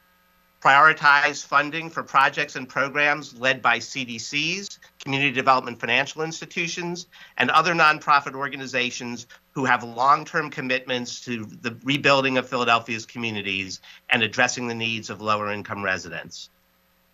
Prioritize funding for preservation of subsidized affordable rental housing owned by nonprofit organizations and allow funds to be used for capacity building for those organizations and their staff to maintain their properties. Prioritize funding for preservation of naturally occurring affordable rental housing owned by small landlords who are Philadelphia residents. Working capital, repair funds, and capacity building for local owners will ensure that they are able to address critically needed repairs and sustain long-lasting, safe, decent, affordable housing in Philadelphia. Specify that NPI funds can be used for housing counseling in support of the Philly First Home. Then, in addition, to conclude, we would ask that there be strategic use of tax-exempt bond funds, which are scarce and valuable funds and a small portion of the $100 million issuance, and ensure meaningful community input and reporting of data, as has previously been mentioned by others. Thank you very much for the opportunity to testify. Thank you, Mr. Frischkoff. We'll now hear from Michael Froelich. Please state your name for the record, then Kelly Gasly and Dr. Bill McKinney. Good morning, members of the committee. My name is Michael Froelich. I'm the managing attorney of the Homeownership and Consumer Rights Unit at Community Legal Services, and I'm pleased to testify in support of the NPI program statement and budget. There is a lot for Philadelphians, such as CLS's low-income clients, to like about the NPI bond, and I wanted to thank Council for its leadership on these housing issues. As Ms. Fedulin testified earlier, the bond won't solve all of our housing and homeownership issues here in our city, but it will take a huge bite out of the issues that we are facing. In many ways, it can be thought of as our local version of the federal Build Back Better plan for local housing and homeownership issues. I wanted to highlight just a few of the programs that will receive investments that will in particular assist community legal services clients. As several panelists have testified before me, the Philly First Home program will be receiving additional new funding. Before the funding was exhausted in 2020, the Philly First Home program helped 3,000 Philadelphians become first-time home buyers. And I think one under-discussed aspect of the program is that 80% of the homeowners who received assistance from Philly First Home were people of color, including 58% who identified as Black and an additional 26% who identified as Hispanic or Latino. The Philly First Home program is an important part of our efforts to close the racial homeownership gap in our city, and we're very pleased to see it receive an allocation in the bond. The Tangle Title program. Over $1.1 billion in family wealth is locked up in Tangle Titles here in Philadelphia, where nearly 11,000 homes are deeded in the names of dead people. CLS is proud to partner with DHCD to represent clients to resolve their Tangle Titles. And I wanted to emphasize, though, that as the Pew report recently found, Tangle Titles do not affect all areas of the city equally. Homes with Tangle Titles are disproportionately located in Philadelphia's Black and brown neighborhoods, and we see this at CLS as well. Here at CLS, 84% of our Tangle Title clients identify as Black, and an additional 15% identify as Hispanic or Latino. The intergenerational Philadelphia family home helps grow intergenerational wealth and close the racial wealth gap, and CLS is grateful for its partnership with DHCD on these issues as we steadily make progress eliminating Tangle Titles, and we're very grateful for Council for its support. Finally, the eviction diversion program. As Councilmember Gim stated earlier, Philadelphia's eviction diversion program has been held up by the U.S. Department of Justice as a national model. And in just the last year, it has helped 2,300 landlord and tenant pairs engage in mediation, with over 90% reaching an agreement or other resolution. We're very pleased to see the NPI bond includes investments to continue this program and for housing counselors that are so instrumental to its success. Again, thank you for the opportunity to testify at today's hearing. It's a critical moment for housing and home ownership issues here in our city. And on behalf of our clients, we are very grateful for Council for rising to meet this moment. Thank you, Mr. Froelich. Next, we'll hear from Kelly Gasly, Dr. Bill McKinney, and Donna Henry. Good morning. My name is Kelly Gasly. I'm the managing attorney at Philadelphia VIP. Thank you to Councilmember Green and all the other committee members for the Committee on Finance for having me to testify today. My testimony is in support of Bill number 210681, specifically the Neighborhood Preservation Initiative's support of Tangle Title Services, which Michael just mentioned briefly in his testimony as well. VIP has been working on Tangle Title issues for nearly 18 years now. We have volunteer attorneys who have served 2,000 Tangle Title clients over the years and have helped over 1,000 Philadelphians with estate planning, which is crucial to preventing more Tangle Titles. Support from the city through DHCD has been absolutely critical to this work. So I really want to thank the city and City Council for recognizing and supporting this work over the years. From July of 2020 to June of 2021, VIP and our volunteers helped over 400 clients with Tangle Title and estate planning issues. Attorneys are really needed for this work because the issues are so difficult, if not impossible, to resolve without an attorney. But unfortunately, as we know from the recent Pew report that Michael mentioned, 10,000 homes at a minimum in Philadelphia are affected by Tangle Titles, particularly Black and brown homeowners in the city. So there's clearly a lot more work that needs to be done, and NPI is the tool to do that. When I hear from other localities who are trying to tackle Tangle Title issues for the first time, they ask what has been so successful in Philadelphia. And one of the first things I tell them is support from your local government. Support from local government to spread awareness and educate the public on these issues, to make the process of clearing title much smoother, and to provide financial support. Philadelphia has long supported Tangle Title, but with this commitment under NPI, Philadelphia will really become the first city in the nation to commit at this level and ensure that we are preserving the intergenerational transfer of wealth among all of our families. VIP looks forward to working with the city in the years ahead and recruiting more attorneys across Philadelphia who can provide pro bono legal assistance to prevent and resolve the title issues. Thank you so much for having me to testify today. Thank you, Ms. Gasly. Next, we'll hear from Dr. Bill McKinney, Donna Henry, and Carrie Rathman. Thank you, Councilman Green, for having me, and for the rest of council for sponsoring this. I'm Bill McKinney. I'm the Executive Director of New Kensington Community Development Corporation. New Kensington CDC advances social equity and economic empowerment by nurturing and creating opportunities for residents to live in and actively shape their neighborhoods of choice. Where I really wanted to just focus on is that, during the pandemic, we really went through a situation of a pandemic being laid on top of an existing epidemic in the Kensington area. We are dealing with a number of different issues that also layered on the racial reckoning that's going on both in Philadelphia and throughout the country. As a result, in addition to the already extreme challenges that we have in the community, we had an exacerbation of additional homes being in disrepair, vacant storefronts on our critical commercial corridors, and all of those pieces just really adding up over and over. We really support what is within the NPI initiative as an opportunity to address these things from a comprehensive manner. We recognize that all of the individual issues can only be addressed through a comprehensive and interconnected strategy of addressing not just poverty, but poverty, workforce, education, racism, health, housing, gentrification, and on and on. All of these come together to get us where we really need to be.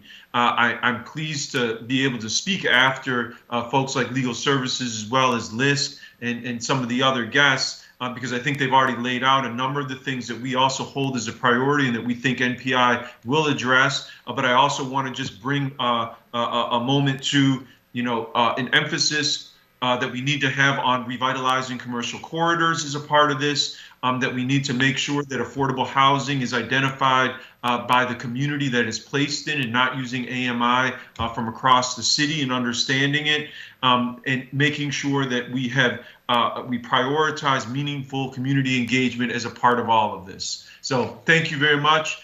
We fully support this, and we look forward to working with council and the city as we move forward. Thank you. Thank you, Dr. McKinney. My understanding is that Donna Henry, Executive Director of Southwest CDC, has provided written testimony and will not be testifying virtually. Next, we'll hear from Carrie Rathman, Mo Rushdie, and Steve Masters. Thank you, Councilman Green. I'm Carrie Rathman, Director of Strategic Partnerships at Habitat for Humanity Philadelphia. So I thank you all for this opportunity today and for championing the NPI bond. If we're going to seize this moment to create more economic, social, health, and educational equity in Philadelphia, then we must boldly invest in housing for everyone, and this is a great start. So I've submitted written remarks, but I wanted to provide a summary verbally here today. As you know, we're an affordable developer, and we serve homeowners who make up to 80% AMI, but the majority of those folks are making up to 50%. Our homeownership program serves those making 30. We just raised 30 to 80%, but again, the majority of those are between 30 and 60. So we would specifically like you to consider three things in the allocations of these dollars. First, it appears that the portion of adaptive modifications is set aside for, it appears that no portion of the adaptive mods are set aside for any program other than the city's adaptive mod program. And that might be unclear in the way it's written right now, but we urge you to consider other nonprofit providers who've been providing these services for upwards of 10 years. At Habitat, we currently run an evidence-based capable program where we integrate adaptive mods with other services, and we leverage dollars to impact each household even greater than the mods alone. So please consider us in some of those allocations. We're also super excited about the blueprint for homeownership, especially since the city hasn't generally directly funded affordable homeownership production since 2008. Organizations like Habitat, well, I'll speak for Habitat, we won't be able to continue to build and produce without some kind of support like this. However, we would urge you to consider that not all those funds move directly and live on the homeowner, because it would, if organizations like Habitat can't sort of plan for in the pre-development stage and put those funds in our capital stack, also provide them across the continuum of a single development, it really complicates how we're going to be able to leverage other funding. The city has used home funds in the past that work similarly to the current proposal, where funds were a forgivable second mortgage for the homeowner, but they were secured by the developer and they were part of our capital stack used to secure other dollars like Federal Home Loan Bank or other state funds. Eligible homeowners were then matched to that project. So we hope you might consider two ways for those dollars to hit homes and help with production. And then lastly, there seems to be no allocation for existing homeownership preservation repairs outside of BSRP. Although we applaud all the work that BSRP has done, Habitat has completed more than 625 deep repair projects to date across the city. We have a continuum of repair services, and we're nimble in meeting Philadelphia's needs and also filling gaps where other organizations are not. Yet we do not receive any direct production dollars for this work, and we hope that you might consider that through the Housing Trust Fund. So we are grateful for all the work you're doing, and thank you. And that ends my remarks. Thank you, Ms. Rathman. We will now hear from Mo Rushdie, Steve Masters, and Dr. Gregory Allen. Good morning, everyone. My name is Mo Rushdie, and I serve as treasurer of the Building Industry Association of Philadelphia, as well as co-chair of its Affordable Housing and Diversity, Equity, and Inclusion Committee. I want to thank Council President Clark and Chairman Green and the rest of the committee for allowing me to provide testimony today on the Council President's Bill number 210681. The BIA is a trade association of mostly residential developers working throughout Philadelphia, along with the professionals who provide them with products and services. We recognize that there is an urgent need in Philadelphia for affordable housing options for a great many people, and have been seeking to collaboratively craft policies with council that help all residents in the city share in its prosperity. The BIA has made the hard decision to support and endorse the Development Impact Act, as it's a more equitable alternative to other proposals designed to address a housing affordability crisis that is the result of a host of issues. And we believe that the entire development community must contribute towards solving the problem. We believe then, as we believe now, that the combination of funds from these neighborhood preservation initiative bonds and those currently being directed in the Housing Trust Fund could be sufficient to ensure a dramatic increase in citywide affordable housing construction. But to put the need in perspective, the city's Housing for Equity plan cites a need for 30,000 new or preserved affordable units by 2028. Assuming equal allocation between new construction and preserving homes, the cost would be upwards of 3 to 6 billion. I repeat, 3 to 6 billion. The need is great, and we believe that the private sector has a great role to play here to fill the gap and in scale. Much of the scale funding that is needed to make a big difference will come from commercial lenders, providing senior debt for projects that are able to step in and assist with the great efforts that Ms. Fadulin mentioned today. Unfortunately, Council has decided to effectively decrease the amount of money that developers pay into the Housing Trust Fund by lowering and eliminating bonuses available through bills number 210474, 210633, and 210667. Reducing these bonuses and potentially imposing inclusionary zoning mandates on parts of the city, combined with the impending tax abatement reduction, will together have a chilling impact on all construction in the city, both market rate and affordable. This is not the way to help a city recover from a pandemic. The BIA is also disappointed to read in Bill 210681 that not enough of MPI funds are being dedicated to creating and preserving affordable housing. We have 26.6 million in infrastructure improvements, 15.2 in small business support, 15.2 in rental assistance, and 11.4 in eviction prevention, are all worthy causes for support, but also have been generously addressed in the recent Federal American Rescue Plan after 2021, which did not include funding for affordable housing. Please use the federal stimulus funds for these issues and keep MPI focused on affordable housing as designed. As laid out in the BIA's Affordable Housing Blueprint, we believe that in order for MPI's initiatives to work, there must be a clear commitment by everyone in City Hall to dispose of city land to create affordable housing. Every district council member has dozens of city-owned properties in his or her district that can be utilized for housing. There must also be increased capacity to handle applications that can reach over 1,000 homes a year, mostly being built on info. Increased capacity is needed for disposing city land, as well as more capacity to take projects with more than a 50% affordable component through the approval process. Finally, we believe having an affordable housing czar to oversee the process, capacity issues, and streamlining of applications would be a good idea to hold everyone accountable and reach the goal that these bonds are set to accomplish. Between City Council, the Housing Trust Fund, the Land Bank, the Redevelopment Authority, and PHCC, there are still too many different cooks in the kitchen when the demand is urgent and timing is of the essence. The BIA is sincere in its desire to be part of the solution. We believe in solutions that work for all. The BIA supports Council President Clark's Neighborhood Preservation Initiative, but asks that it be tied to a larger strategy promoting equitable growth that includes all development and public-private partnerships. Thank you for your consideration. Thank you, Mr. Rushdie, for your testimony. You'll be followed by Steve Masters, Dr. Gregory Allen, and then I'm not sure if we have a representative from Project Home, and then also Abraham Pardo from the Urban League of Philadelphia. Good morning, Chair Green, members of Council's Committee on Finance. My name is Steve Masters. I'm president of Just Laws, which is an innovative social impact law firm launched in Philly and also a proud alumni of City Council staff.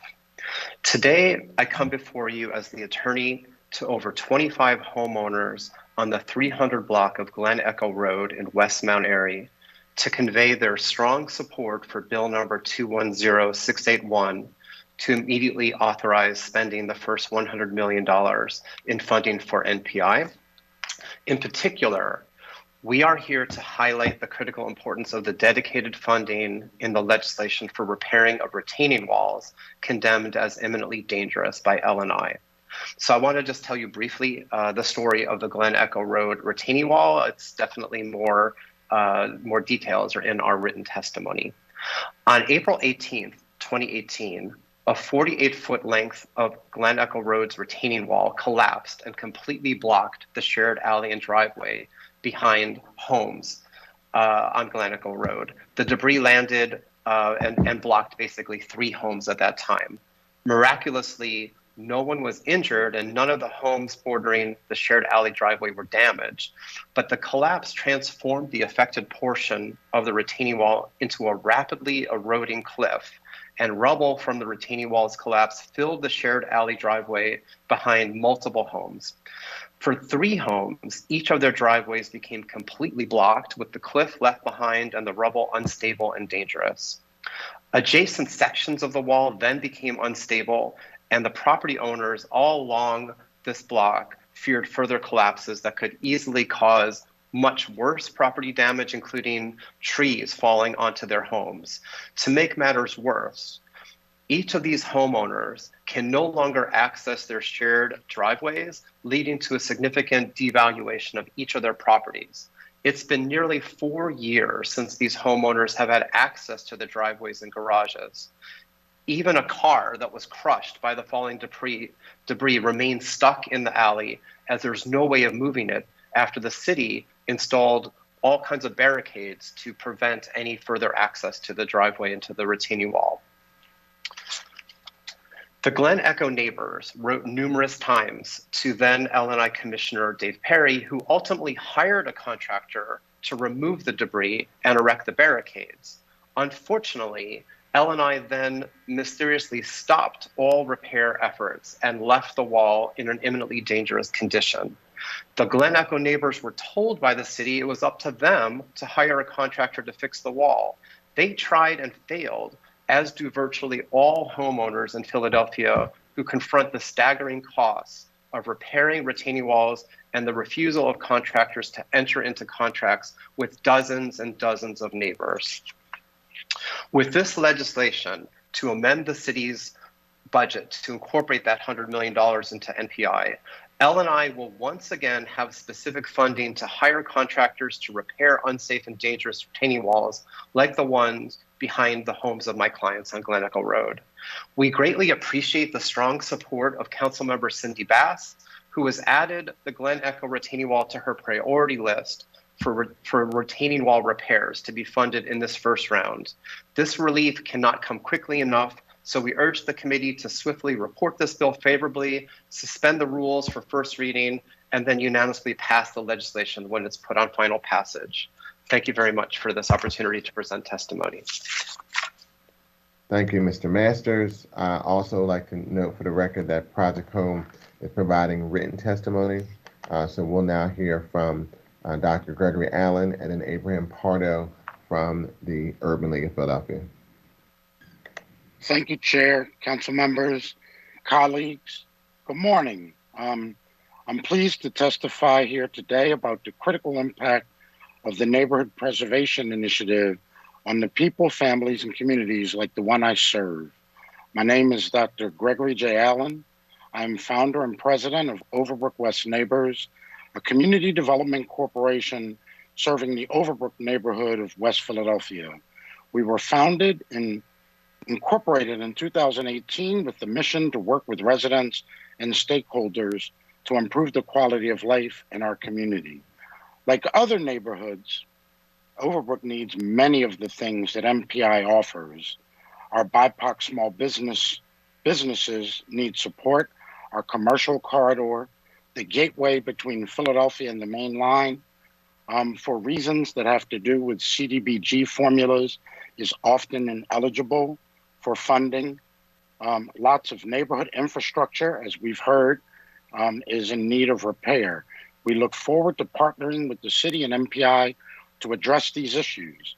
However, since Overbrook is largely comprised of owner-occupied single-family row homes, from our inception, we have targeted homeownership stabilization as a priority for our community.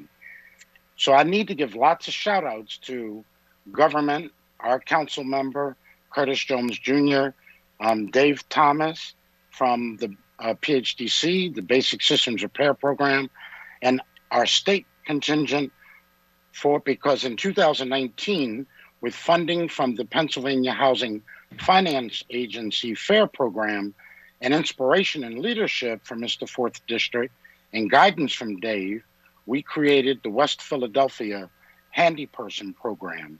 This demonstration program provides repairs to the owner-occupied homes of low-income seniors 55 years of age and older who reside in Overbrook, Carroll Park, and Haddington. And all home repairs are completed by BIPOC contractors and apprentices who live in West Philadelphia. To date, we've completed about 15 homes, and by time the program ends in December, we expect to complete another 15. The Basic Systems Repair does all the large systems. We do all the handy person stuff that would still make a home unlivable for a low-income senior.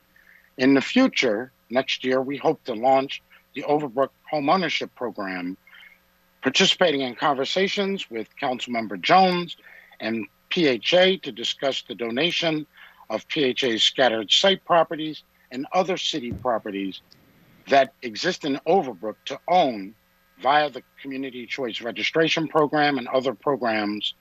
OWN will revitalize these properties and provide them for sale as home ownership in 5 simple steps.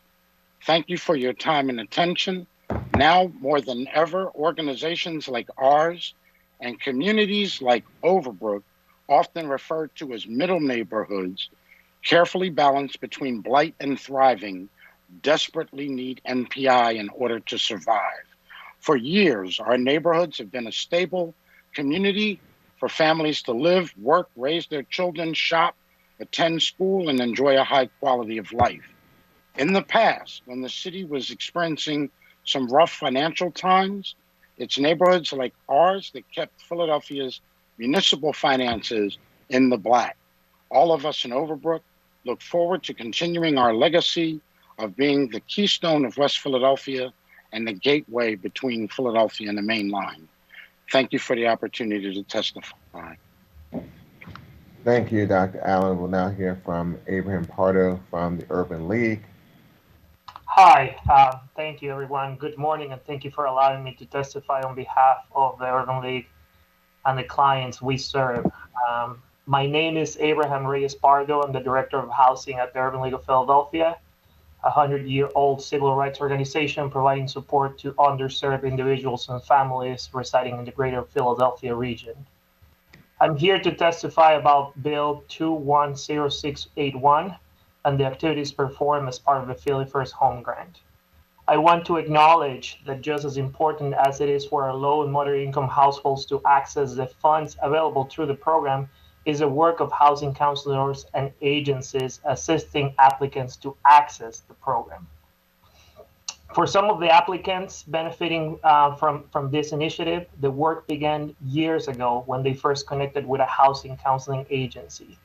As part of our financial literacy and counseling activities, we work closely with individuals and families seeking to achieve short-term and long-term goals, including sustainable homeownership. Some of these families are sorting cycles of generational poverty and face challenges before or beyond housing. However, we recognize that achieving sustainable housing will have an immediate impact in every single aspect of their lives. One could say it is a trickle-down effect. Last year, with minutes from the announcement about the program closure, we received calls from lenders or realtors as in some way we became the face, we housing counseling agencies have become the face of the program when thousands of applications were submitted on behalf of our clients. The day the announcement came out, I was myself in the middle of hosting one of our HUD-approved first-time homebuyer webinars, which at that point had an average attendance of 95 people per session. That was the first step prospective applicants had to be completing in order to receive the funds, followed by counseling. I'm asking to include funding for housing counseling activities as part of this bill, understanding that housing counseling agencies have been a critical component of the program from insertion, and that given the current volume of distressed homeowners and renters seeking our services, we will need additional support.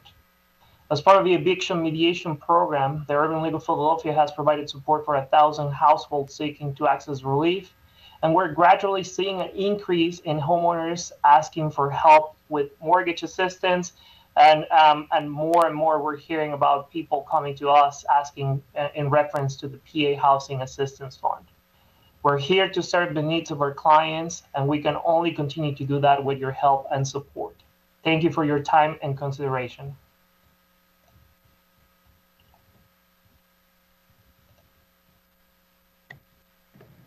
Thank you, Mr. Pardo, for your testimony. I want to thank all the witnesses that testified today regarding the Neighborhood Preservation Initiative. This is very important. I think you provide a lot of great ideas and suggestions to make this an even better piece of legislation to help the constituents and the citizens of the city of Philadelphia. And I hope that both the Commerce Department and the Department of Housing and Community Development were paying keen attention to those suggestions to include those in the Neighborhood Preservation Initiative. With that, I'd like to recognize Councilmember Gim, who had comments. Yes, I just wanted to take a brief moment to thank all the testifiers. I know some were on first thing in the morning. Many of you have been partners and advocates in making NPI even possible. The long road that it took for for NPI to come into existence had its roots in much of the work that many of your agencies have been doing. Believe me, I hope that this is a demonstration that this is a start and not an end, and that our continued partnership, our continued working through of the complications and the challenges of building an affordable Philadelphia, of committing deeply into housing, is one that's going to take all of us to continue to maintain our partnership, to figure some things out, to recognize that this is one of many investments that we are committed to doing. And most of all, to thanking all of you for being tremendous advocates for commercial corridors, for housing counselors. I heard that loud and clear. Housing counseling is integrated into almost all the programs listed into NPI, and the work that housing counselors have been doing to,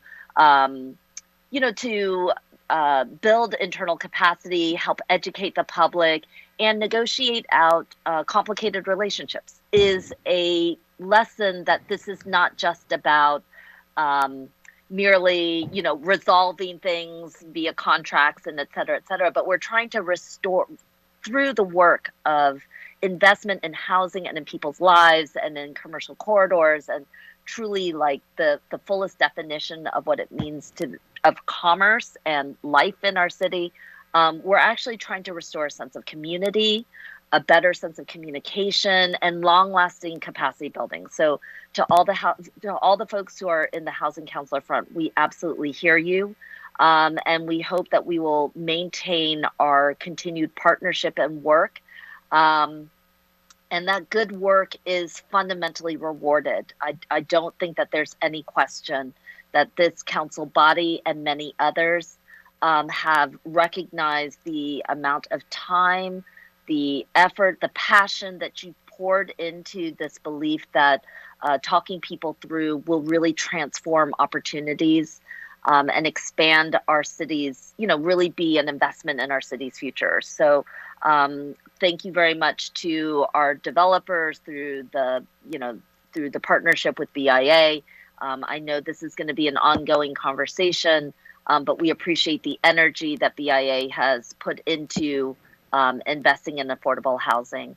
But I just really want to express a tremendous amount of gratitude and a commitment to long-term partnerships to try and figure this thing out as we continue forward. I think all credit and gratitude does go to my council president and to our council colleagues who really came together to make sure that NPI would be possible. So thank you very much, Mr. Chair. Thank you, Councilman McGinn. Are there any members of the public that would like to testify on this bill regarding the Neighborhood Preservation Initiative? Okay, seeing and hearing none, we'll move now to the next panel.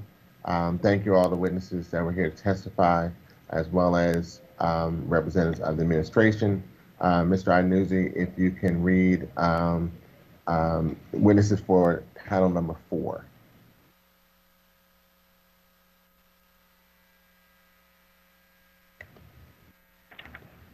Jackie Dunn, Treasurer, City of Philadelphia. Thank you, Treasurer Dunn. If you could state your name for the record and then proceed with your testimony. Sure. Good morning, Chair Green and members of the committee. I am Jacqueline Dunn, City Treasurer, and with me this morning are Natalia Dominguez-Buckley, First Deputy City Treasurer, and representatives from Citizens Bank.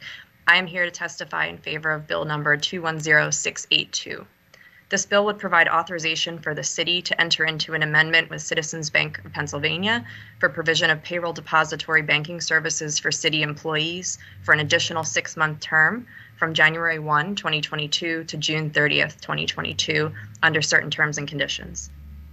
In June 2006, the city enacted legislation that required the Treasurer's Office to implement a request for proposal process, seeking proposals from qualified institutions to provide banking services that include payments to employees, payroll deductions, and payroll taxes.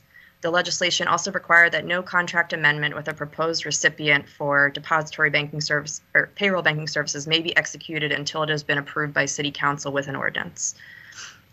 This winter in 2021, City Treasurer's Office issued a payroll services RFP, and the selection committee determined that Citizens Bank was the most qualified institution based on the quality of services provided, cost, extensive branch network, and commitments to communities across the city.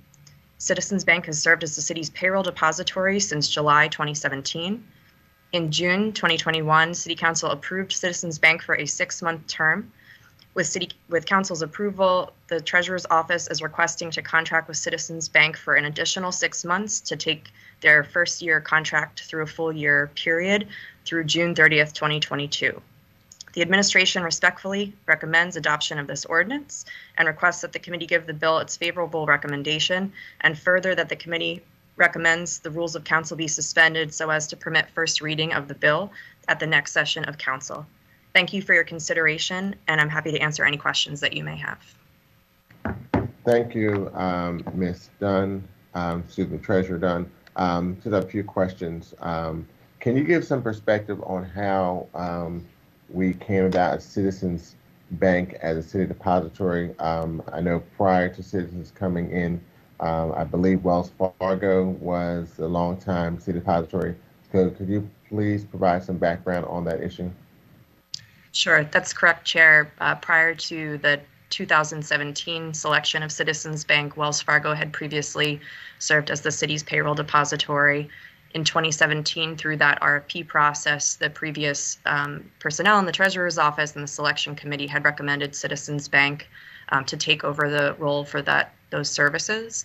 And then again, through an additional process after their 4-year contract expired, we requested responses from all city depositories. We received 6 proposals, and our selection committee determined that based on the quality of services that Citizens Bank provides, their extensive branch network throughout the city and in our low and moderate income communities, their cost proposal, and their just general commitments to being a good corporate citizens in the city, that they were the most qualified institution to serve as the depository in fiscal year 2021.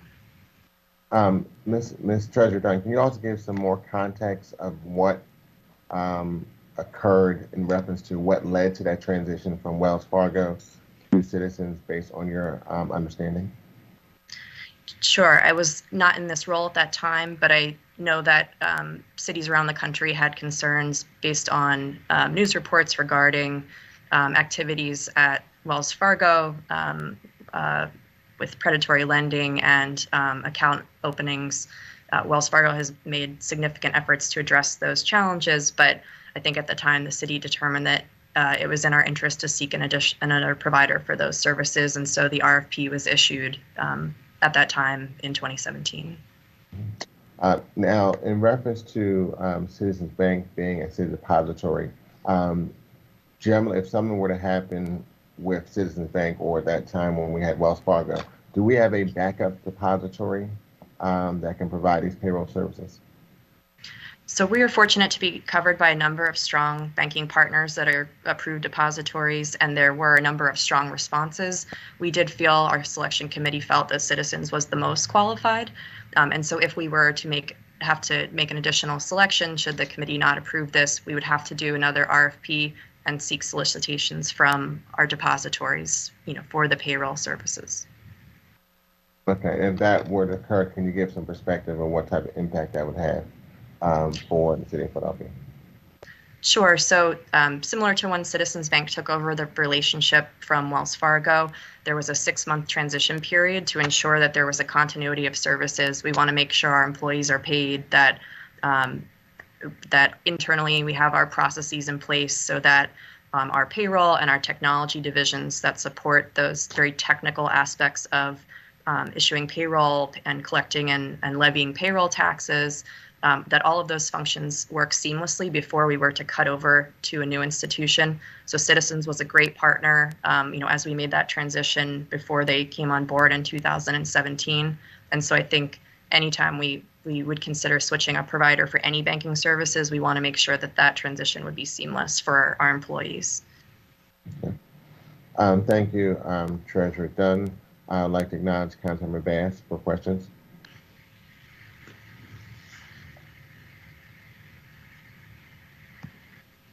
Morning. Good Hi, morning. Mr. Chairman. Good morning, Ms. Dunn. How are you? Good morning. I'm well. Good. Glad to hear it.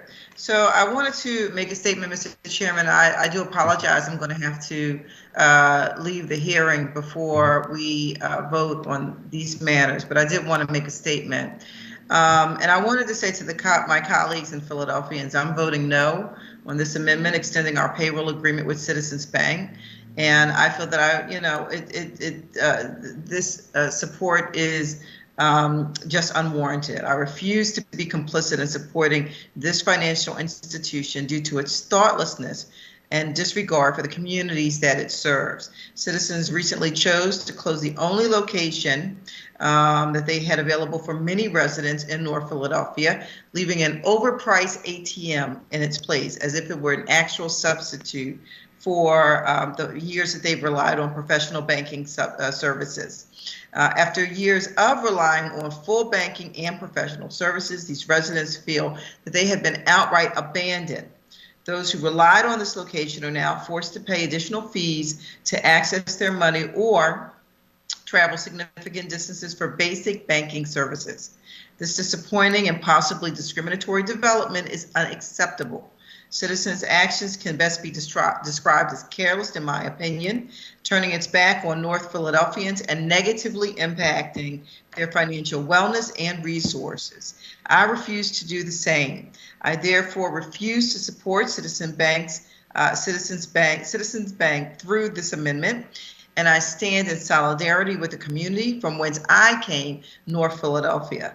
And so, as I stated, Mr. Chairman, I am unfortunately unable to stay throughout the hearing. The last panel and discussion was very vibrant, very enlightening, and I enjoyed it thoroughly, but it did go on for quite some time, so I'm limited on time. But I did want to really just put this out, that the conduct by citizens along the North 22nd Street shopping corridor, their abandonment of that corridor, really does require that I not be in support of any actions that they're taking because they're leaving that community, leaving the professional banking services, the only professional banking services on that corridor.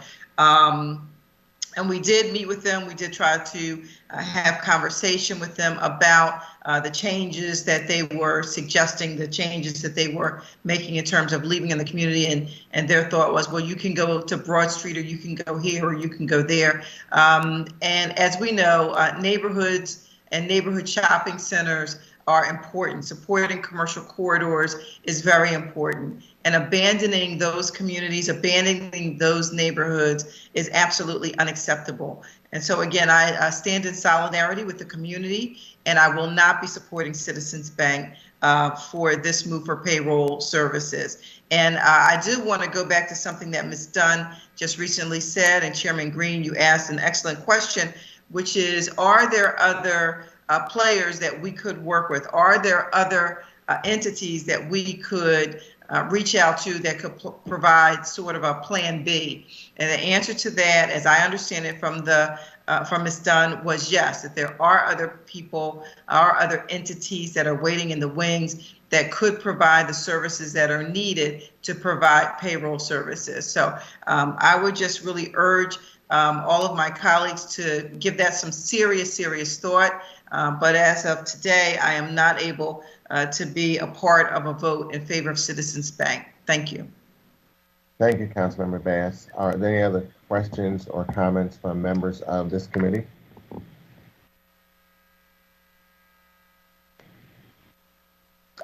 Seeing none, are there any additional comments or questions from the public regarding this panel, this bill, excuse me, or any of the other bills that have been listed for today's Finance Committee hearing?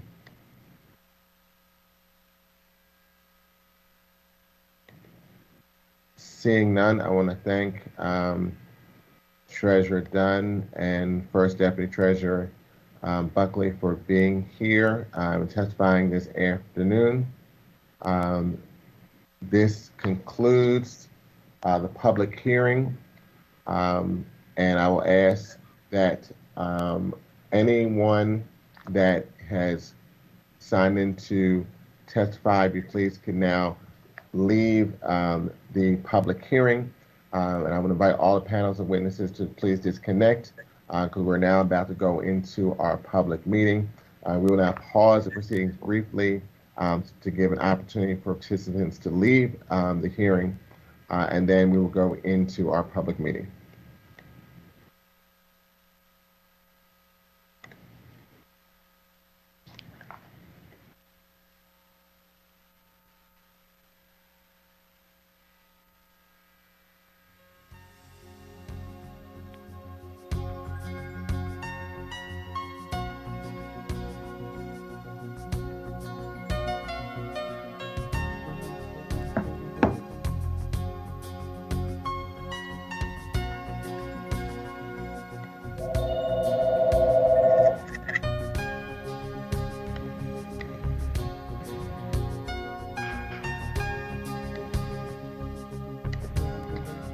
Okay, this concludes the public hearing of the Finance Committee, and we will now reconvene the public meeting to consider action to be taken on the bills before this committee.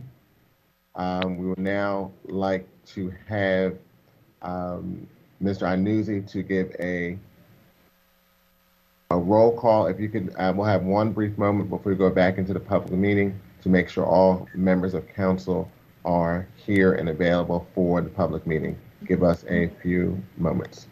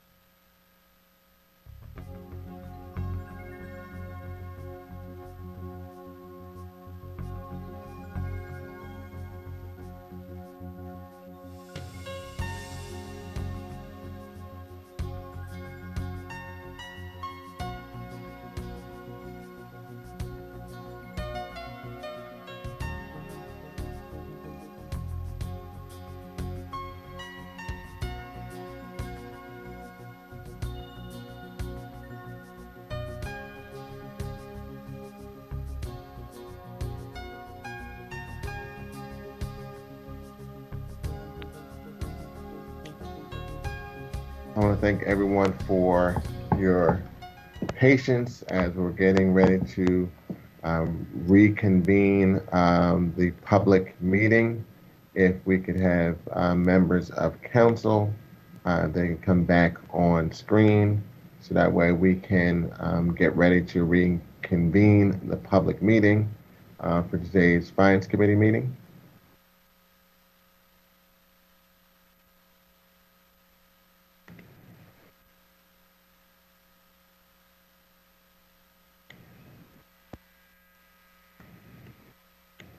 Just want to make sure that we have a quorum, which looks like we do, and we'll about to be joined by Councilmember Squilla as well.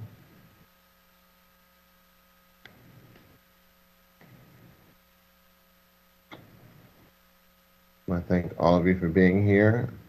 Seems like some of us are in our offices, some of us are not, making use of the Microsoft Teams platform to make sure we are doing the good work of the citizens of the city of Philadelphia. I want to thank all of you for your attention, participation in this important hearing regarding both the PDW commercial paper legislation as well as neighbor preservation bill as well as the payroll bill. So thank you for your time, for being here, listening to the very important testimony from the various constituencies and groups that will benefit from the Neighborhood Preservation Initiative, which is something that's very important for the constituents in the city of Philadelphia. Thank all of you for being here, and we will now reconvene the public meeting. Mr. Iannuzzi, will you please call the roll to take attendance? Members that are in attendance, will you please indicate that you're present when your name is called, and please say a few brief words when responding so that your image will be displayed on screen when you speak. Councilmember Alan Dom. Thank you, Mr. Chairman, and present. Councilmember Helen Gim. Thank you, Mr. Chair. I am present. Councilmember David O. Good afternoon. I am present. Thank you very much. Councilmember Maria Canona Sanchez. Good morning. Good morning. I am present. Councilmember Mark Squilla.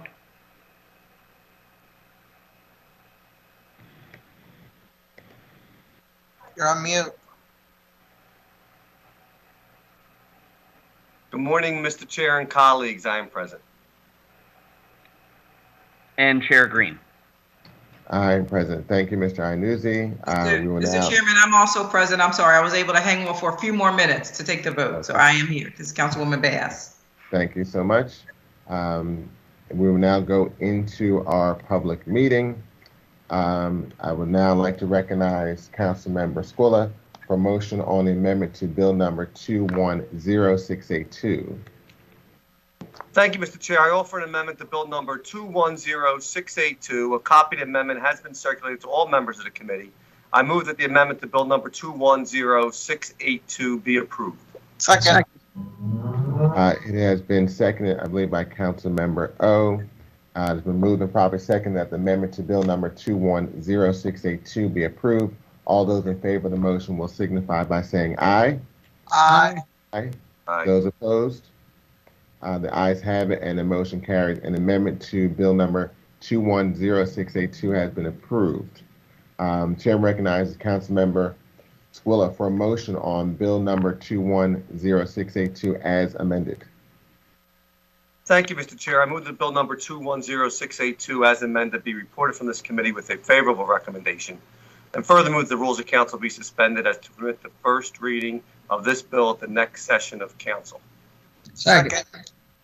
It's been properly seconded by Councilmember Sanchez that the bill has been moved and properly seconded that bill number 210682 as amended be reported from this committee with a favorable recommendation, and further move that the rules of council be suspended to permit first reading of this bill at our next session of council. All those in favor of the motion will signify by saying aye. Aye. Aye. Those opposed? The motion carries. The chair now recognizes Councilmember Heenan for a motion on bill number 210681.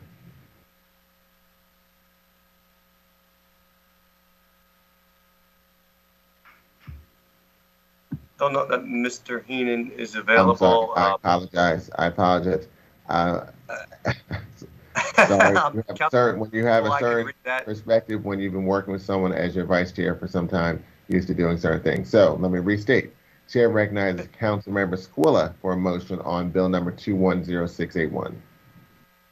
Thank you, Mr. Chair. I move that bill number 210681 be reported from this committee with a favorable recommendation, and further move that the rules of council be suspended as to permit the first reading of this bill at the next session of council.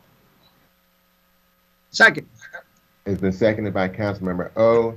It's been moved and properly second that bill number 210681 be reported from this committee with a favorable recommendation, and further move that the rules of council be suspended to permit first reading of this bill at the next session of council. All those in favor of the motion will signify by saying aye.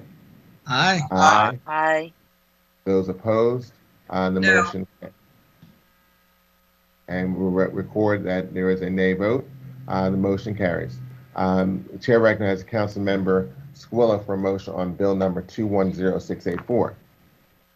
Thank you, Mr. Chairman. I move that bill number 210684 be reported from this committee with a favorable recommendation, and further move that the rules of council be suspended as to permit the first reading of this bill at the next session of council.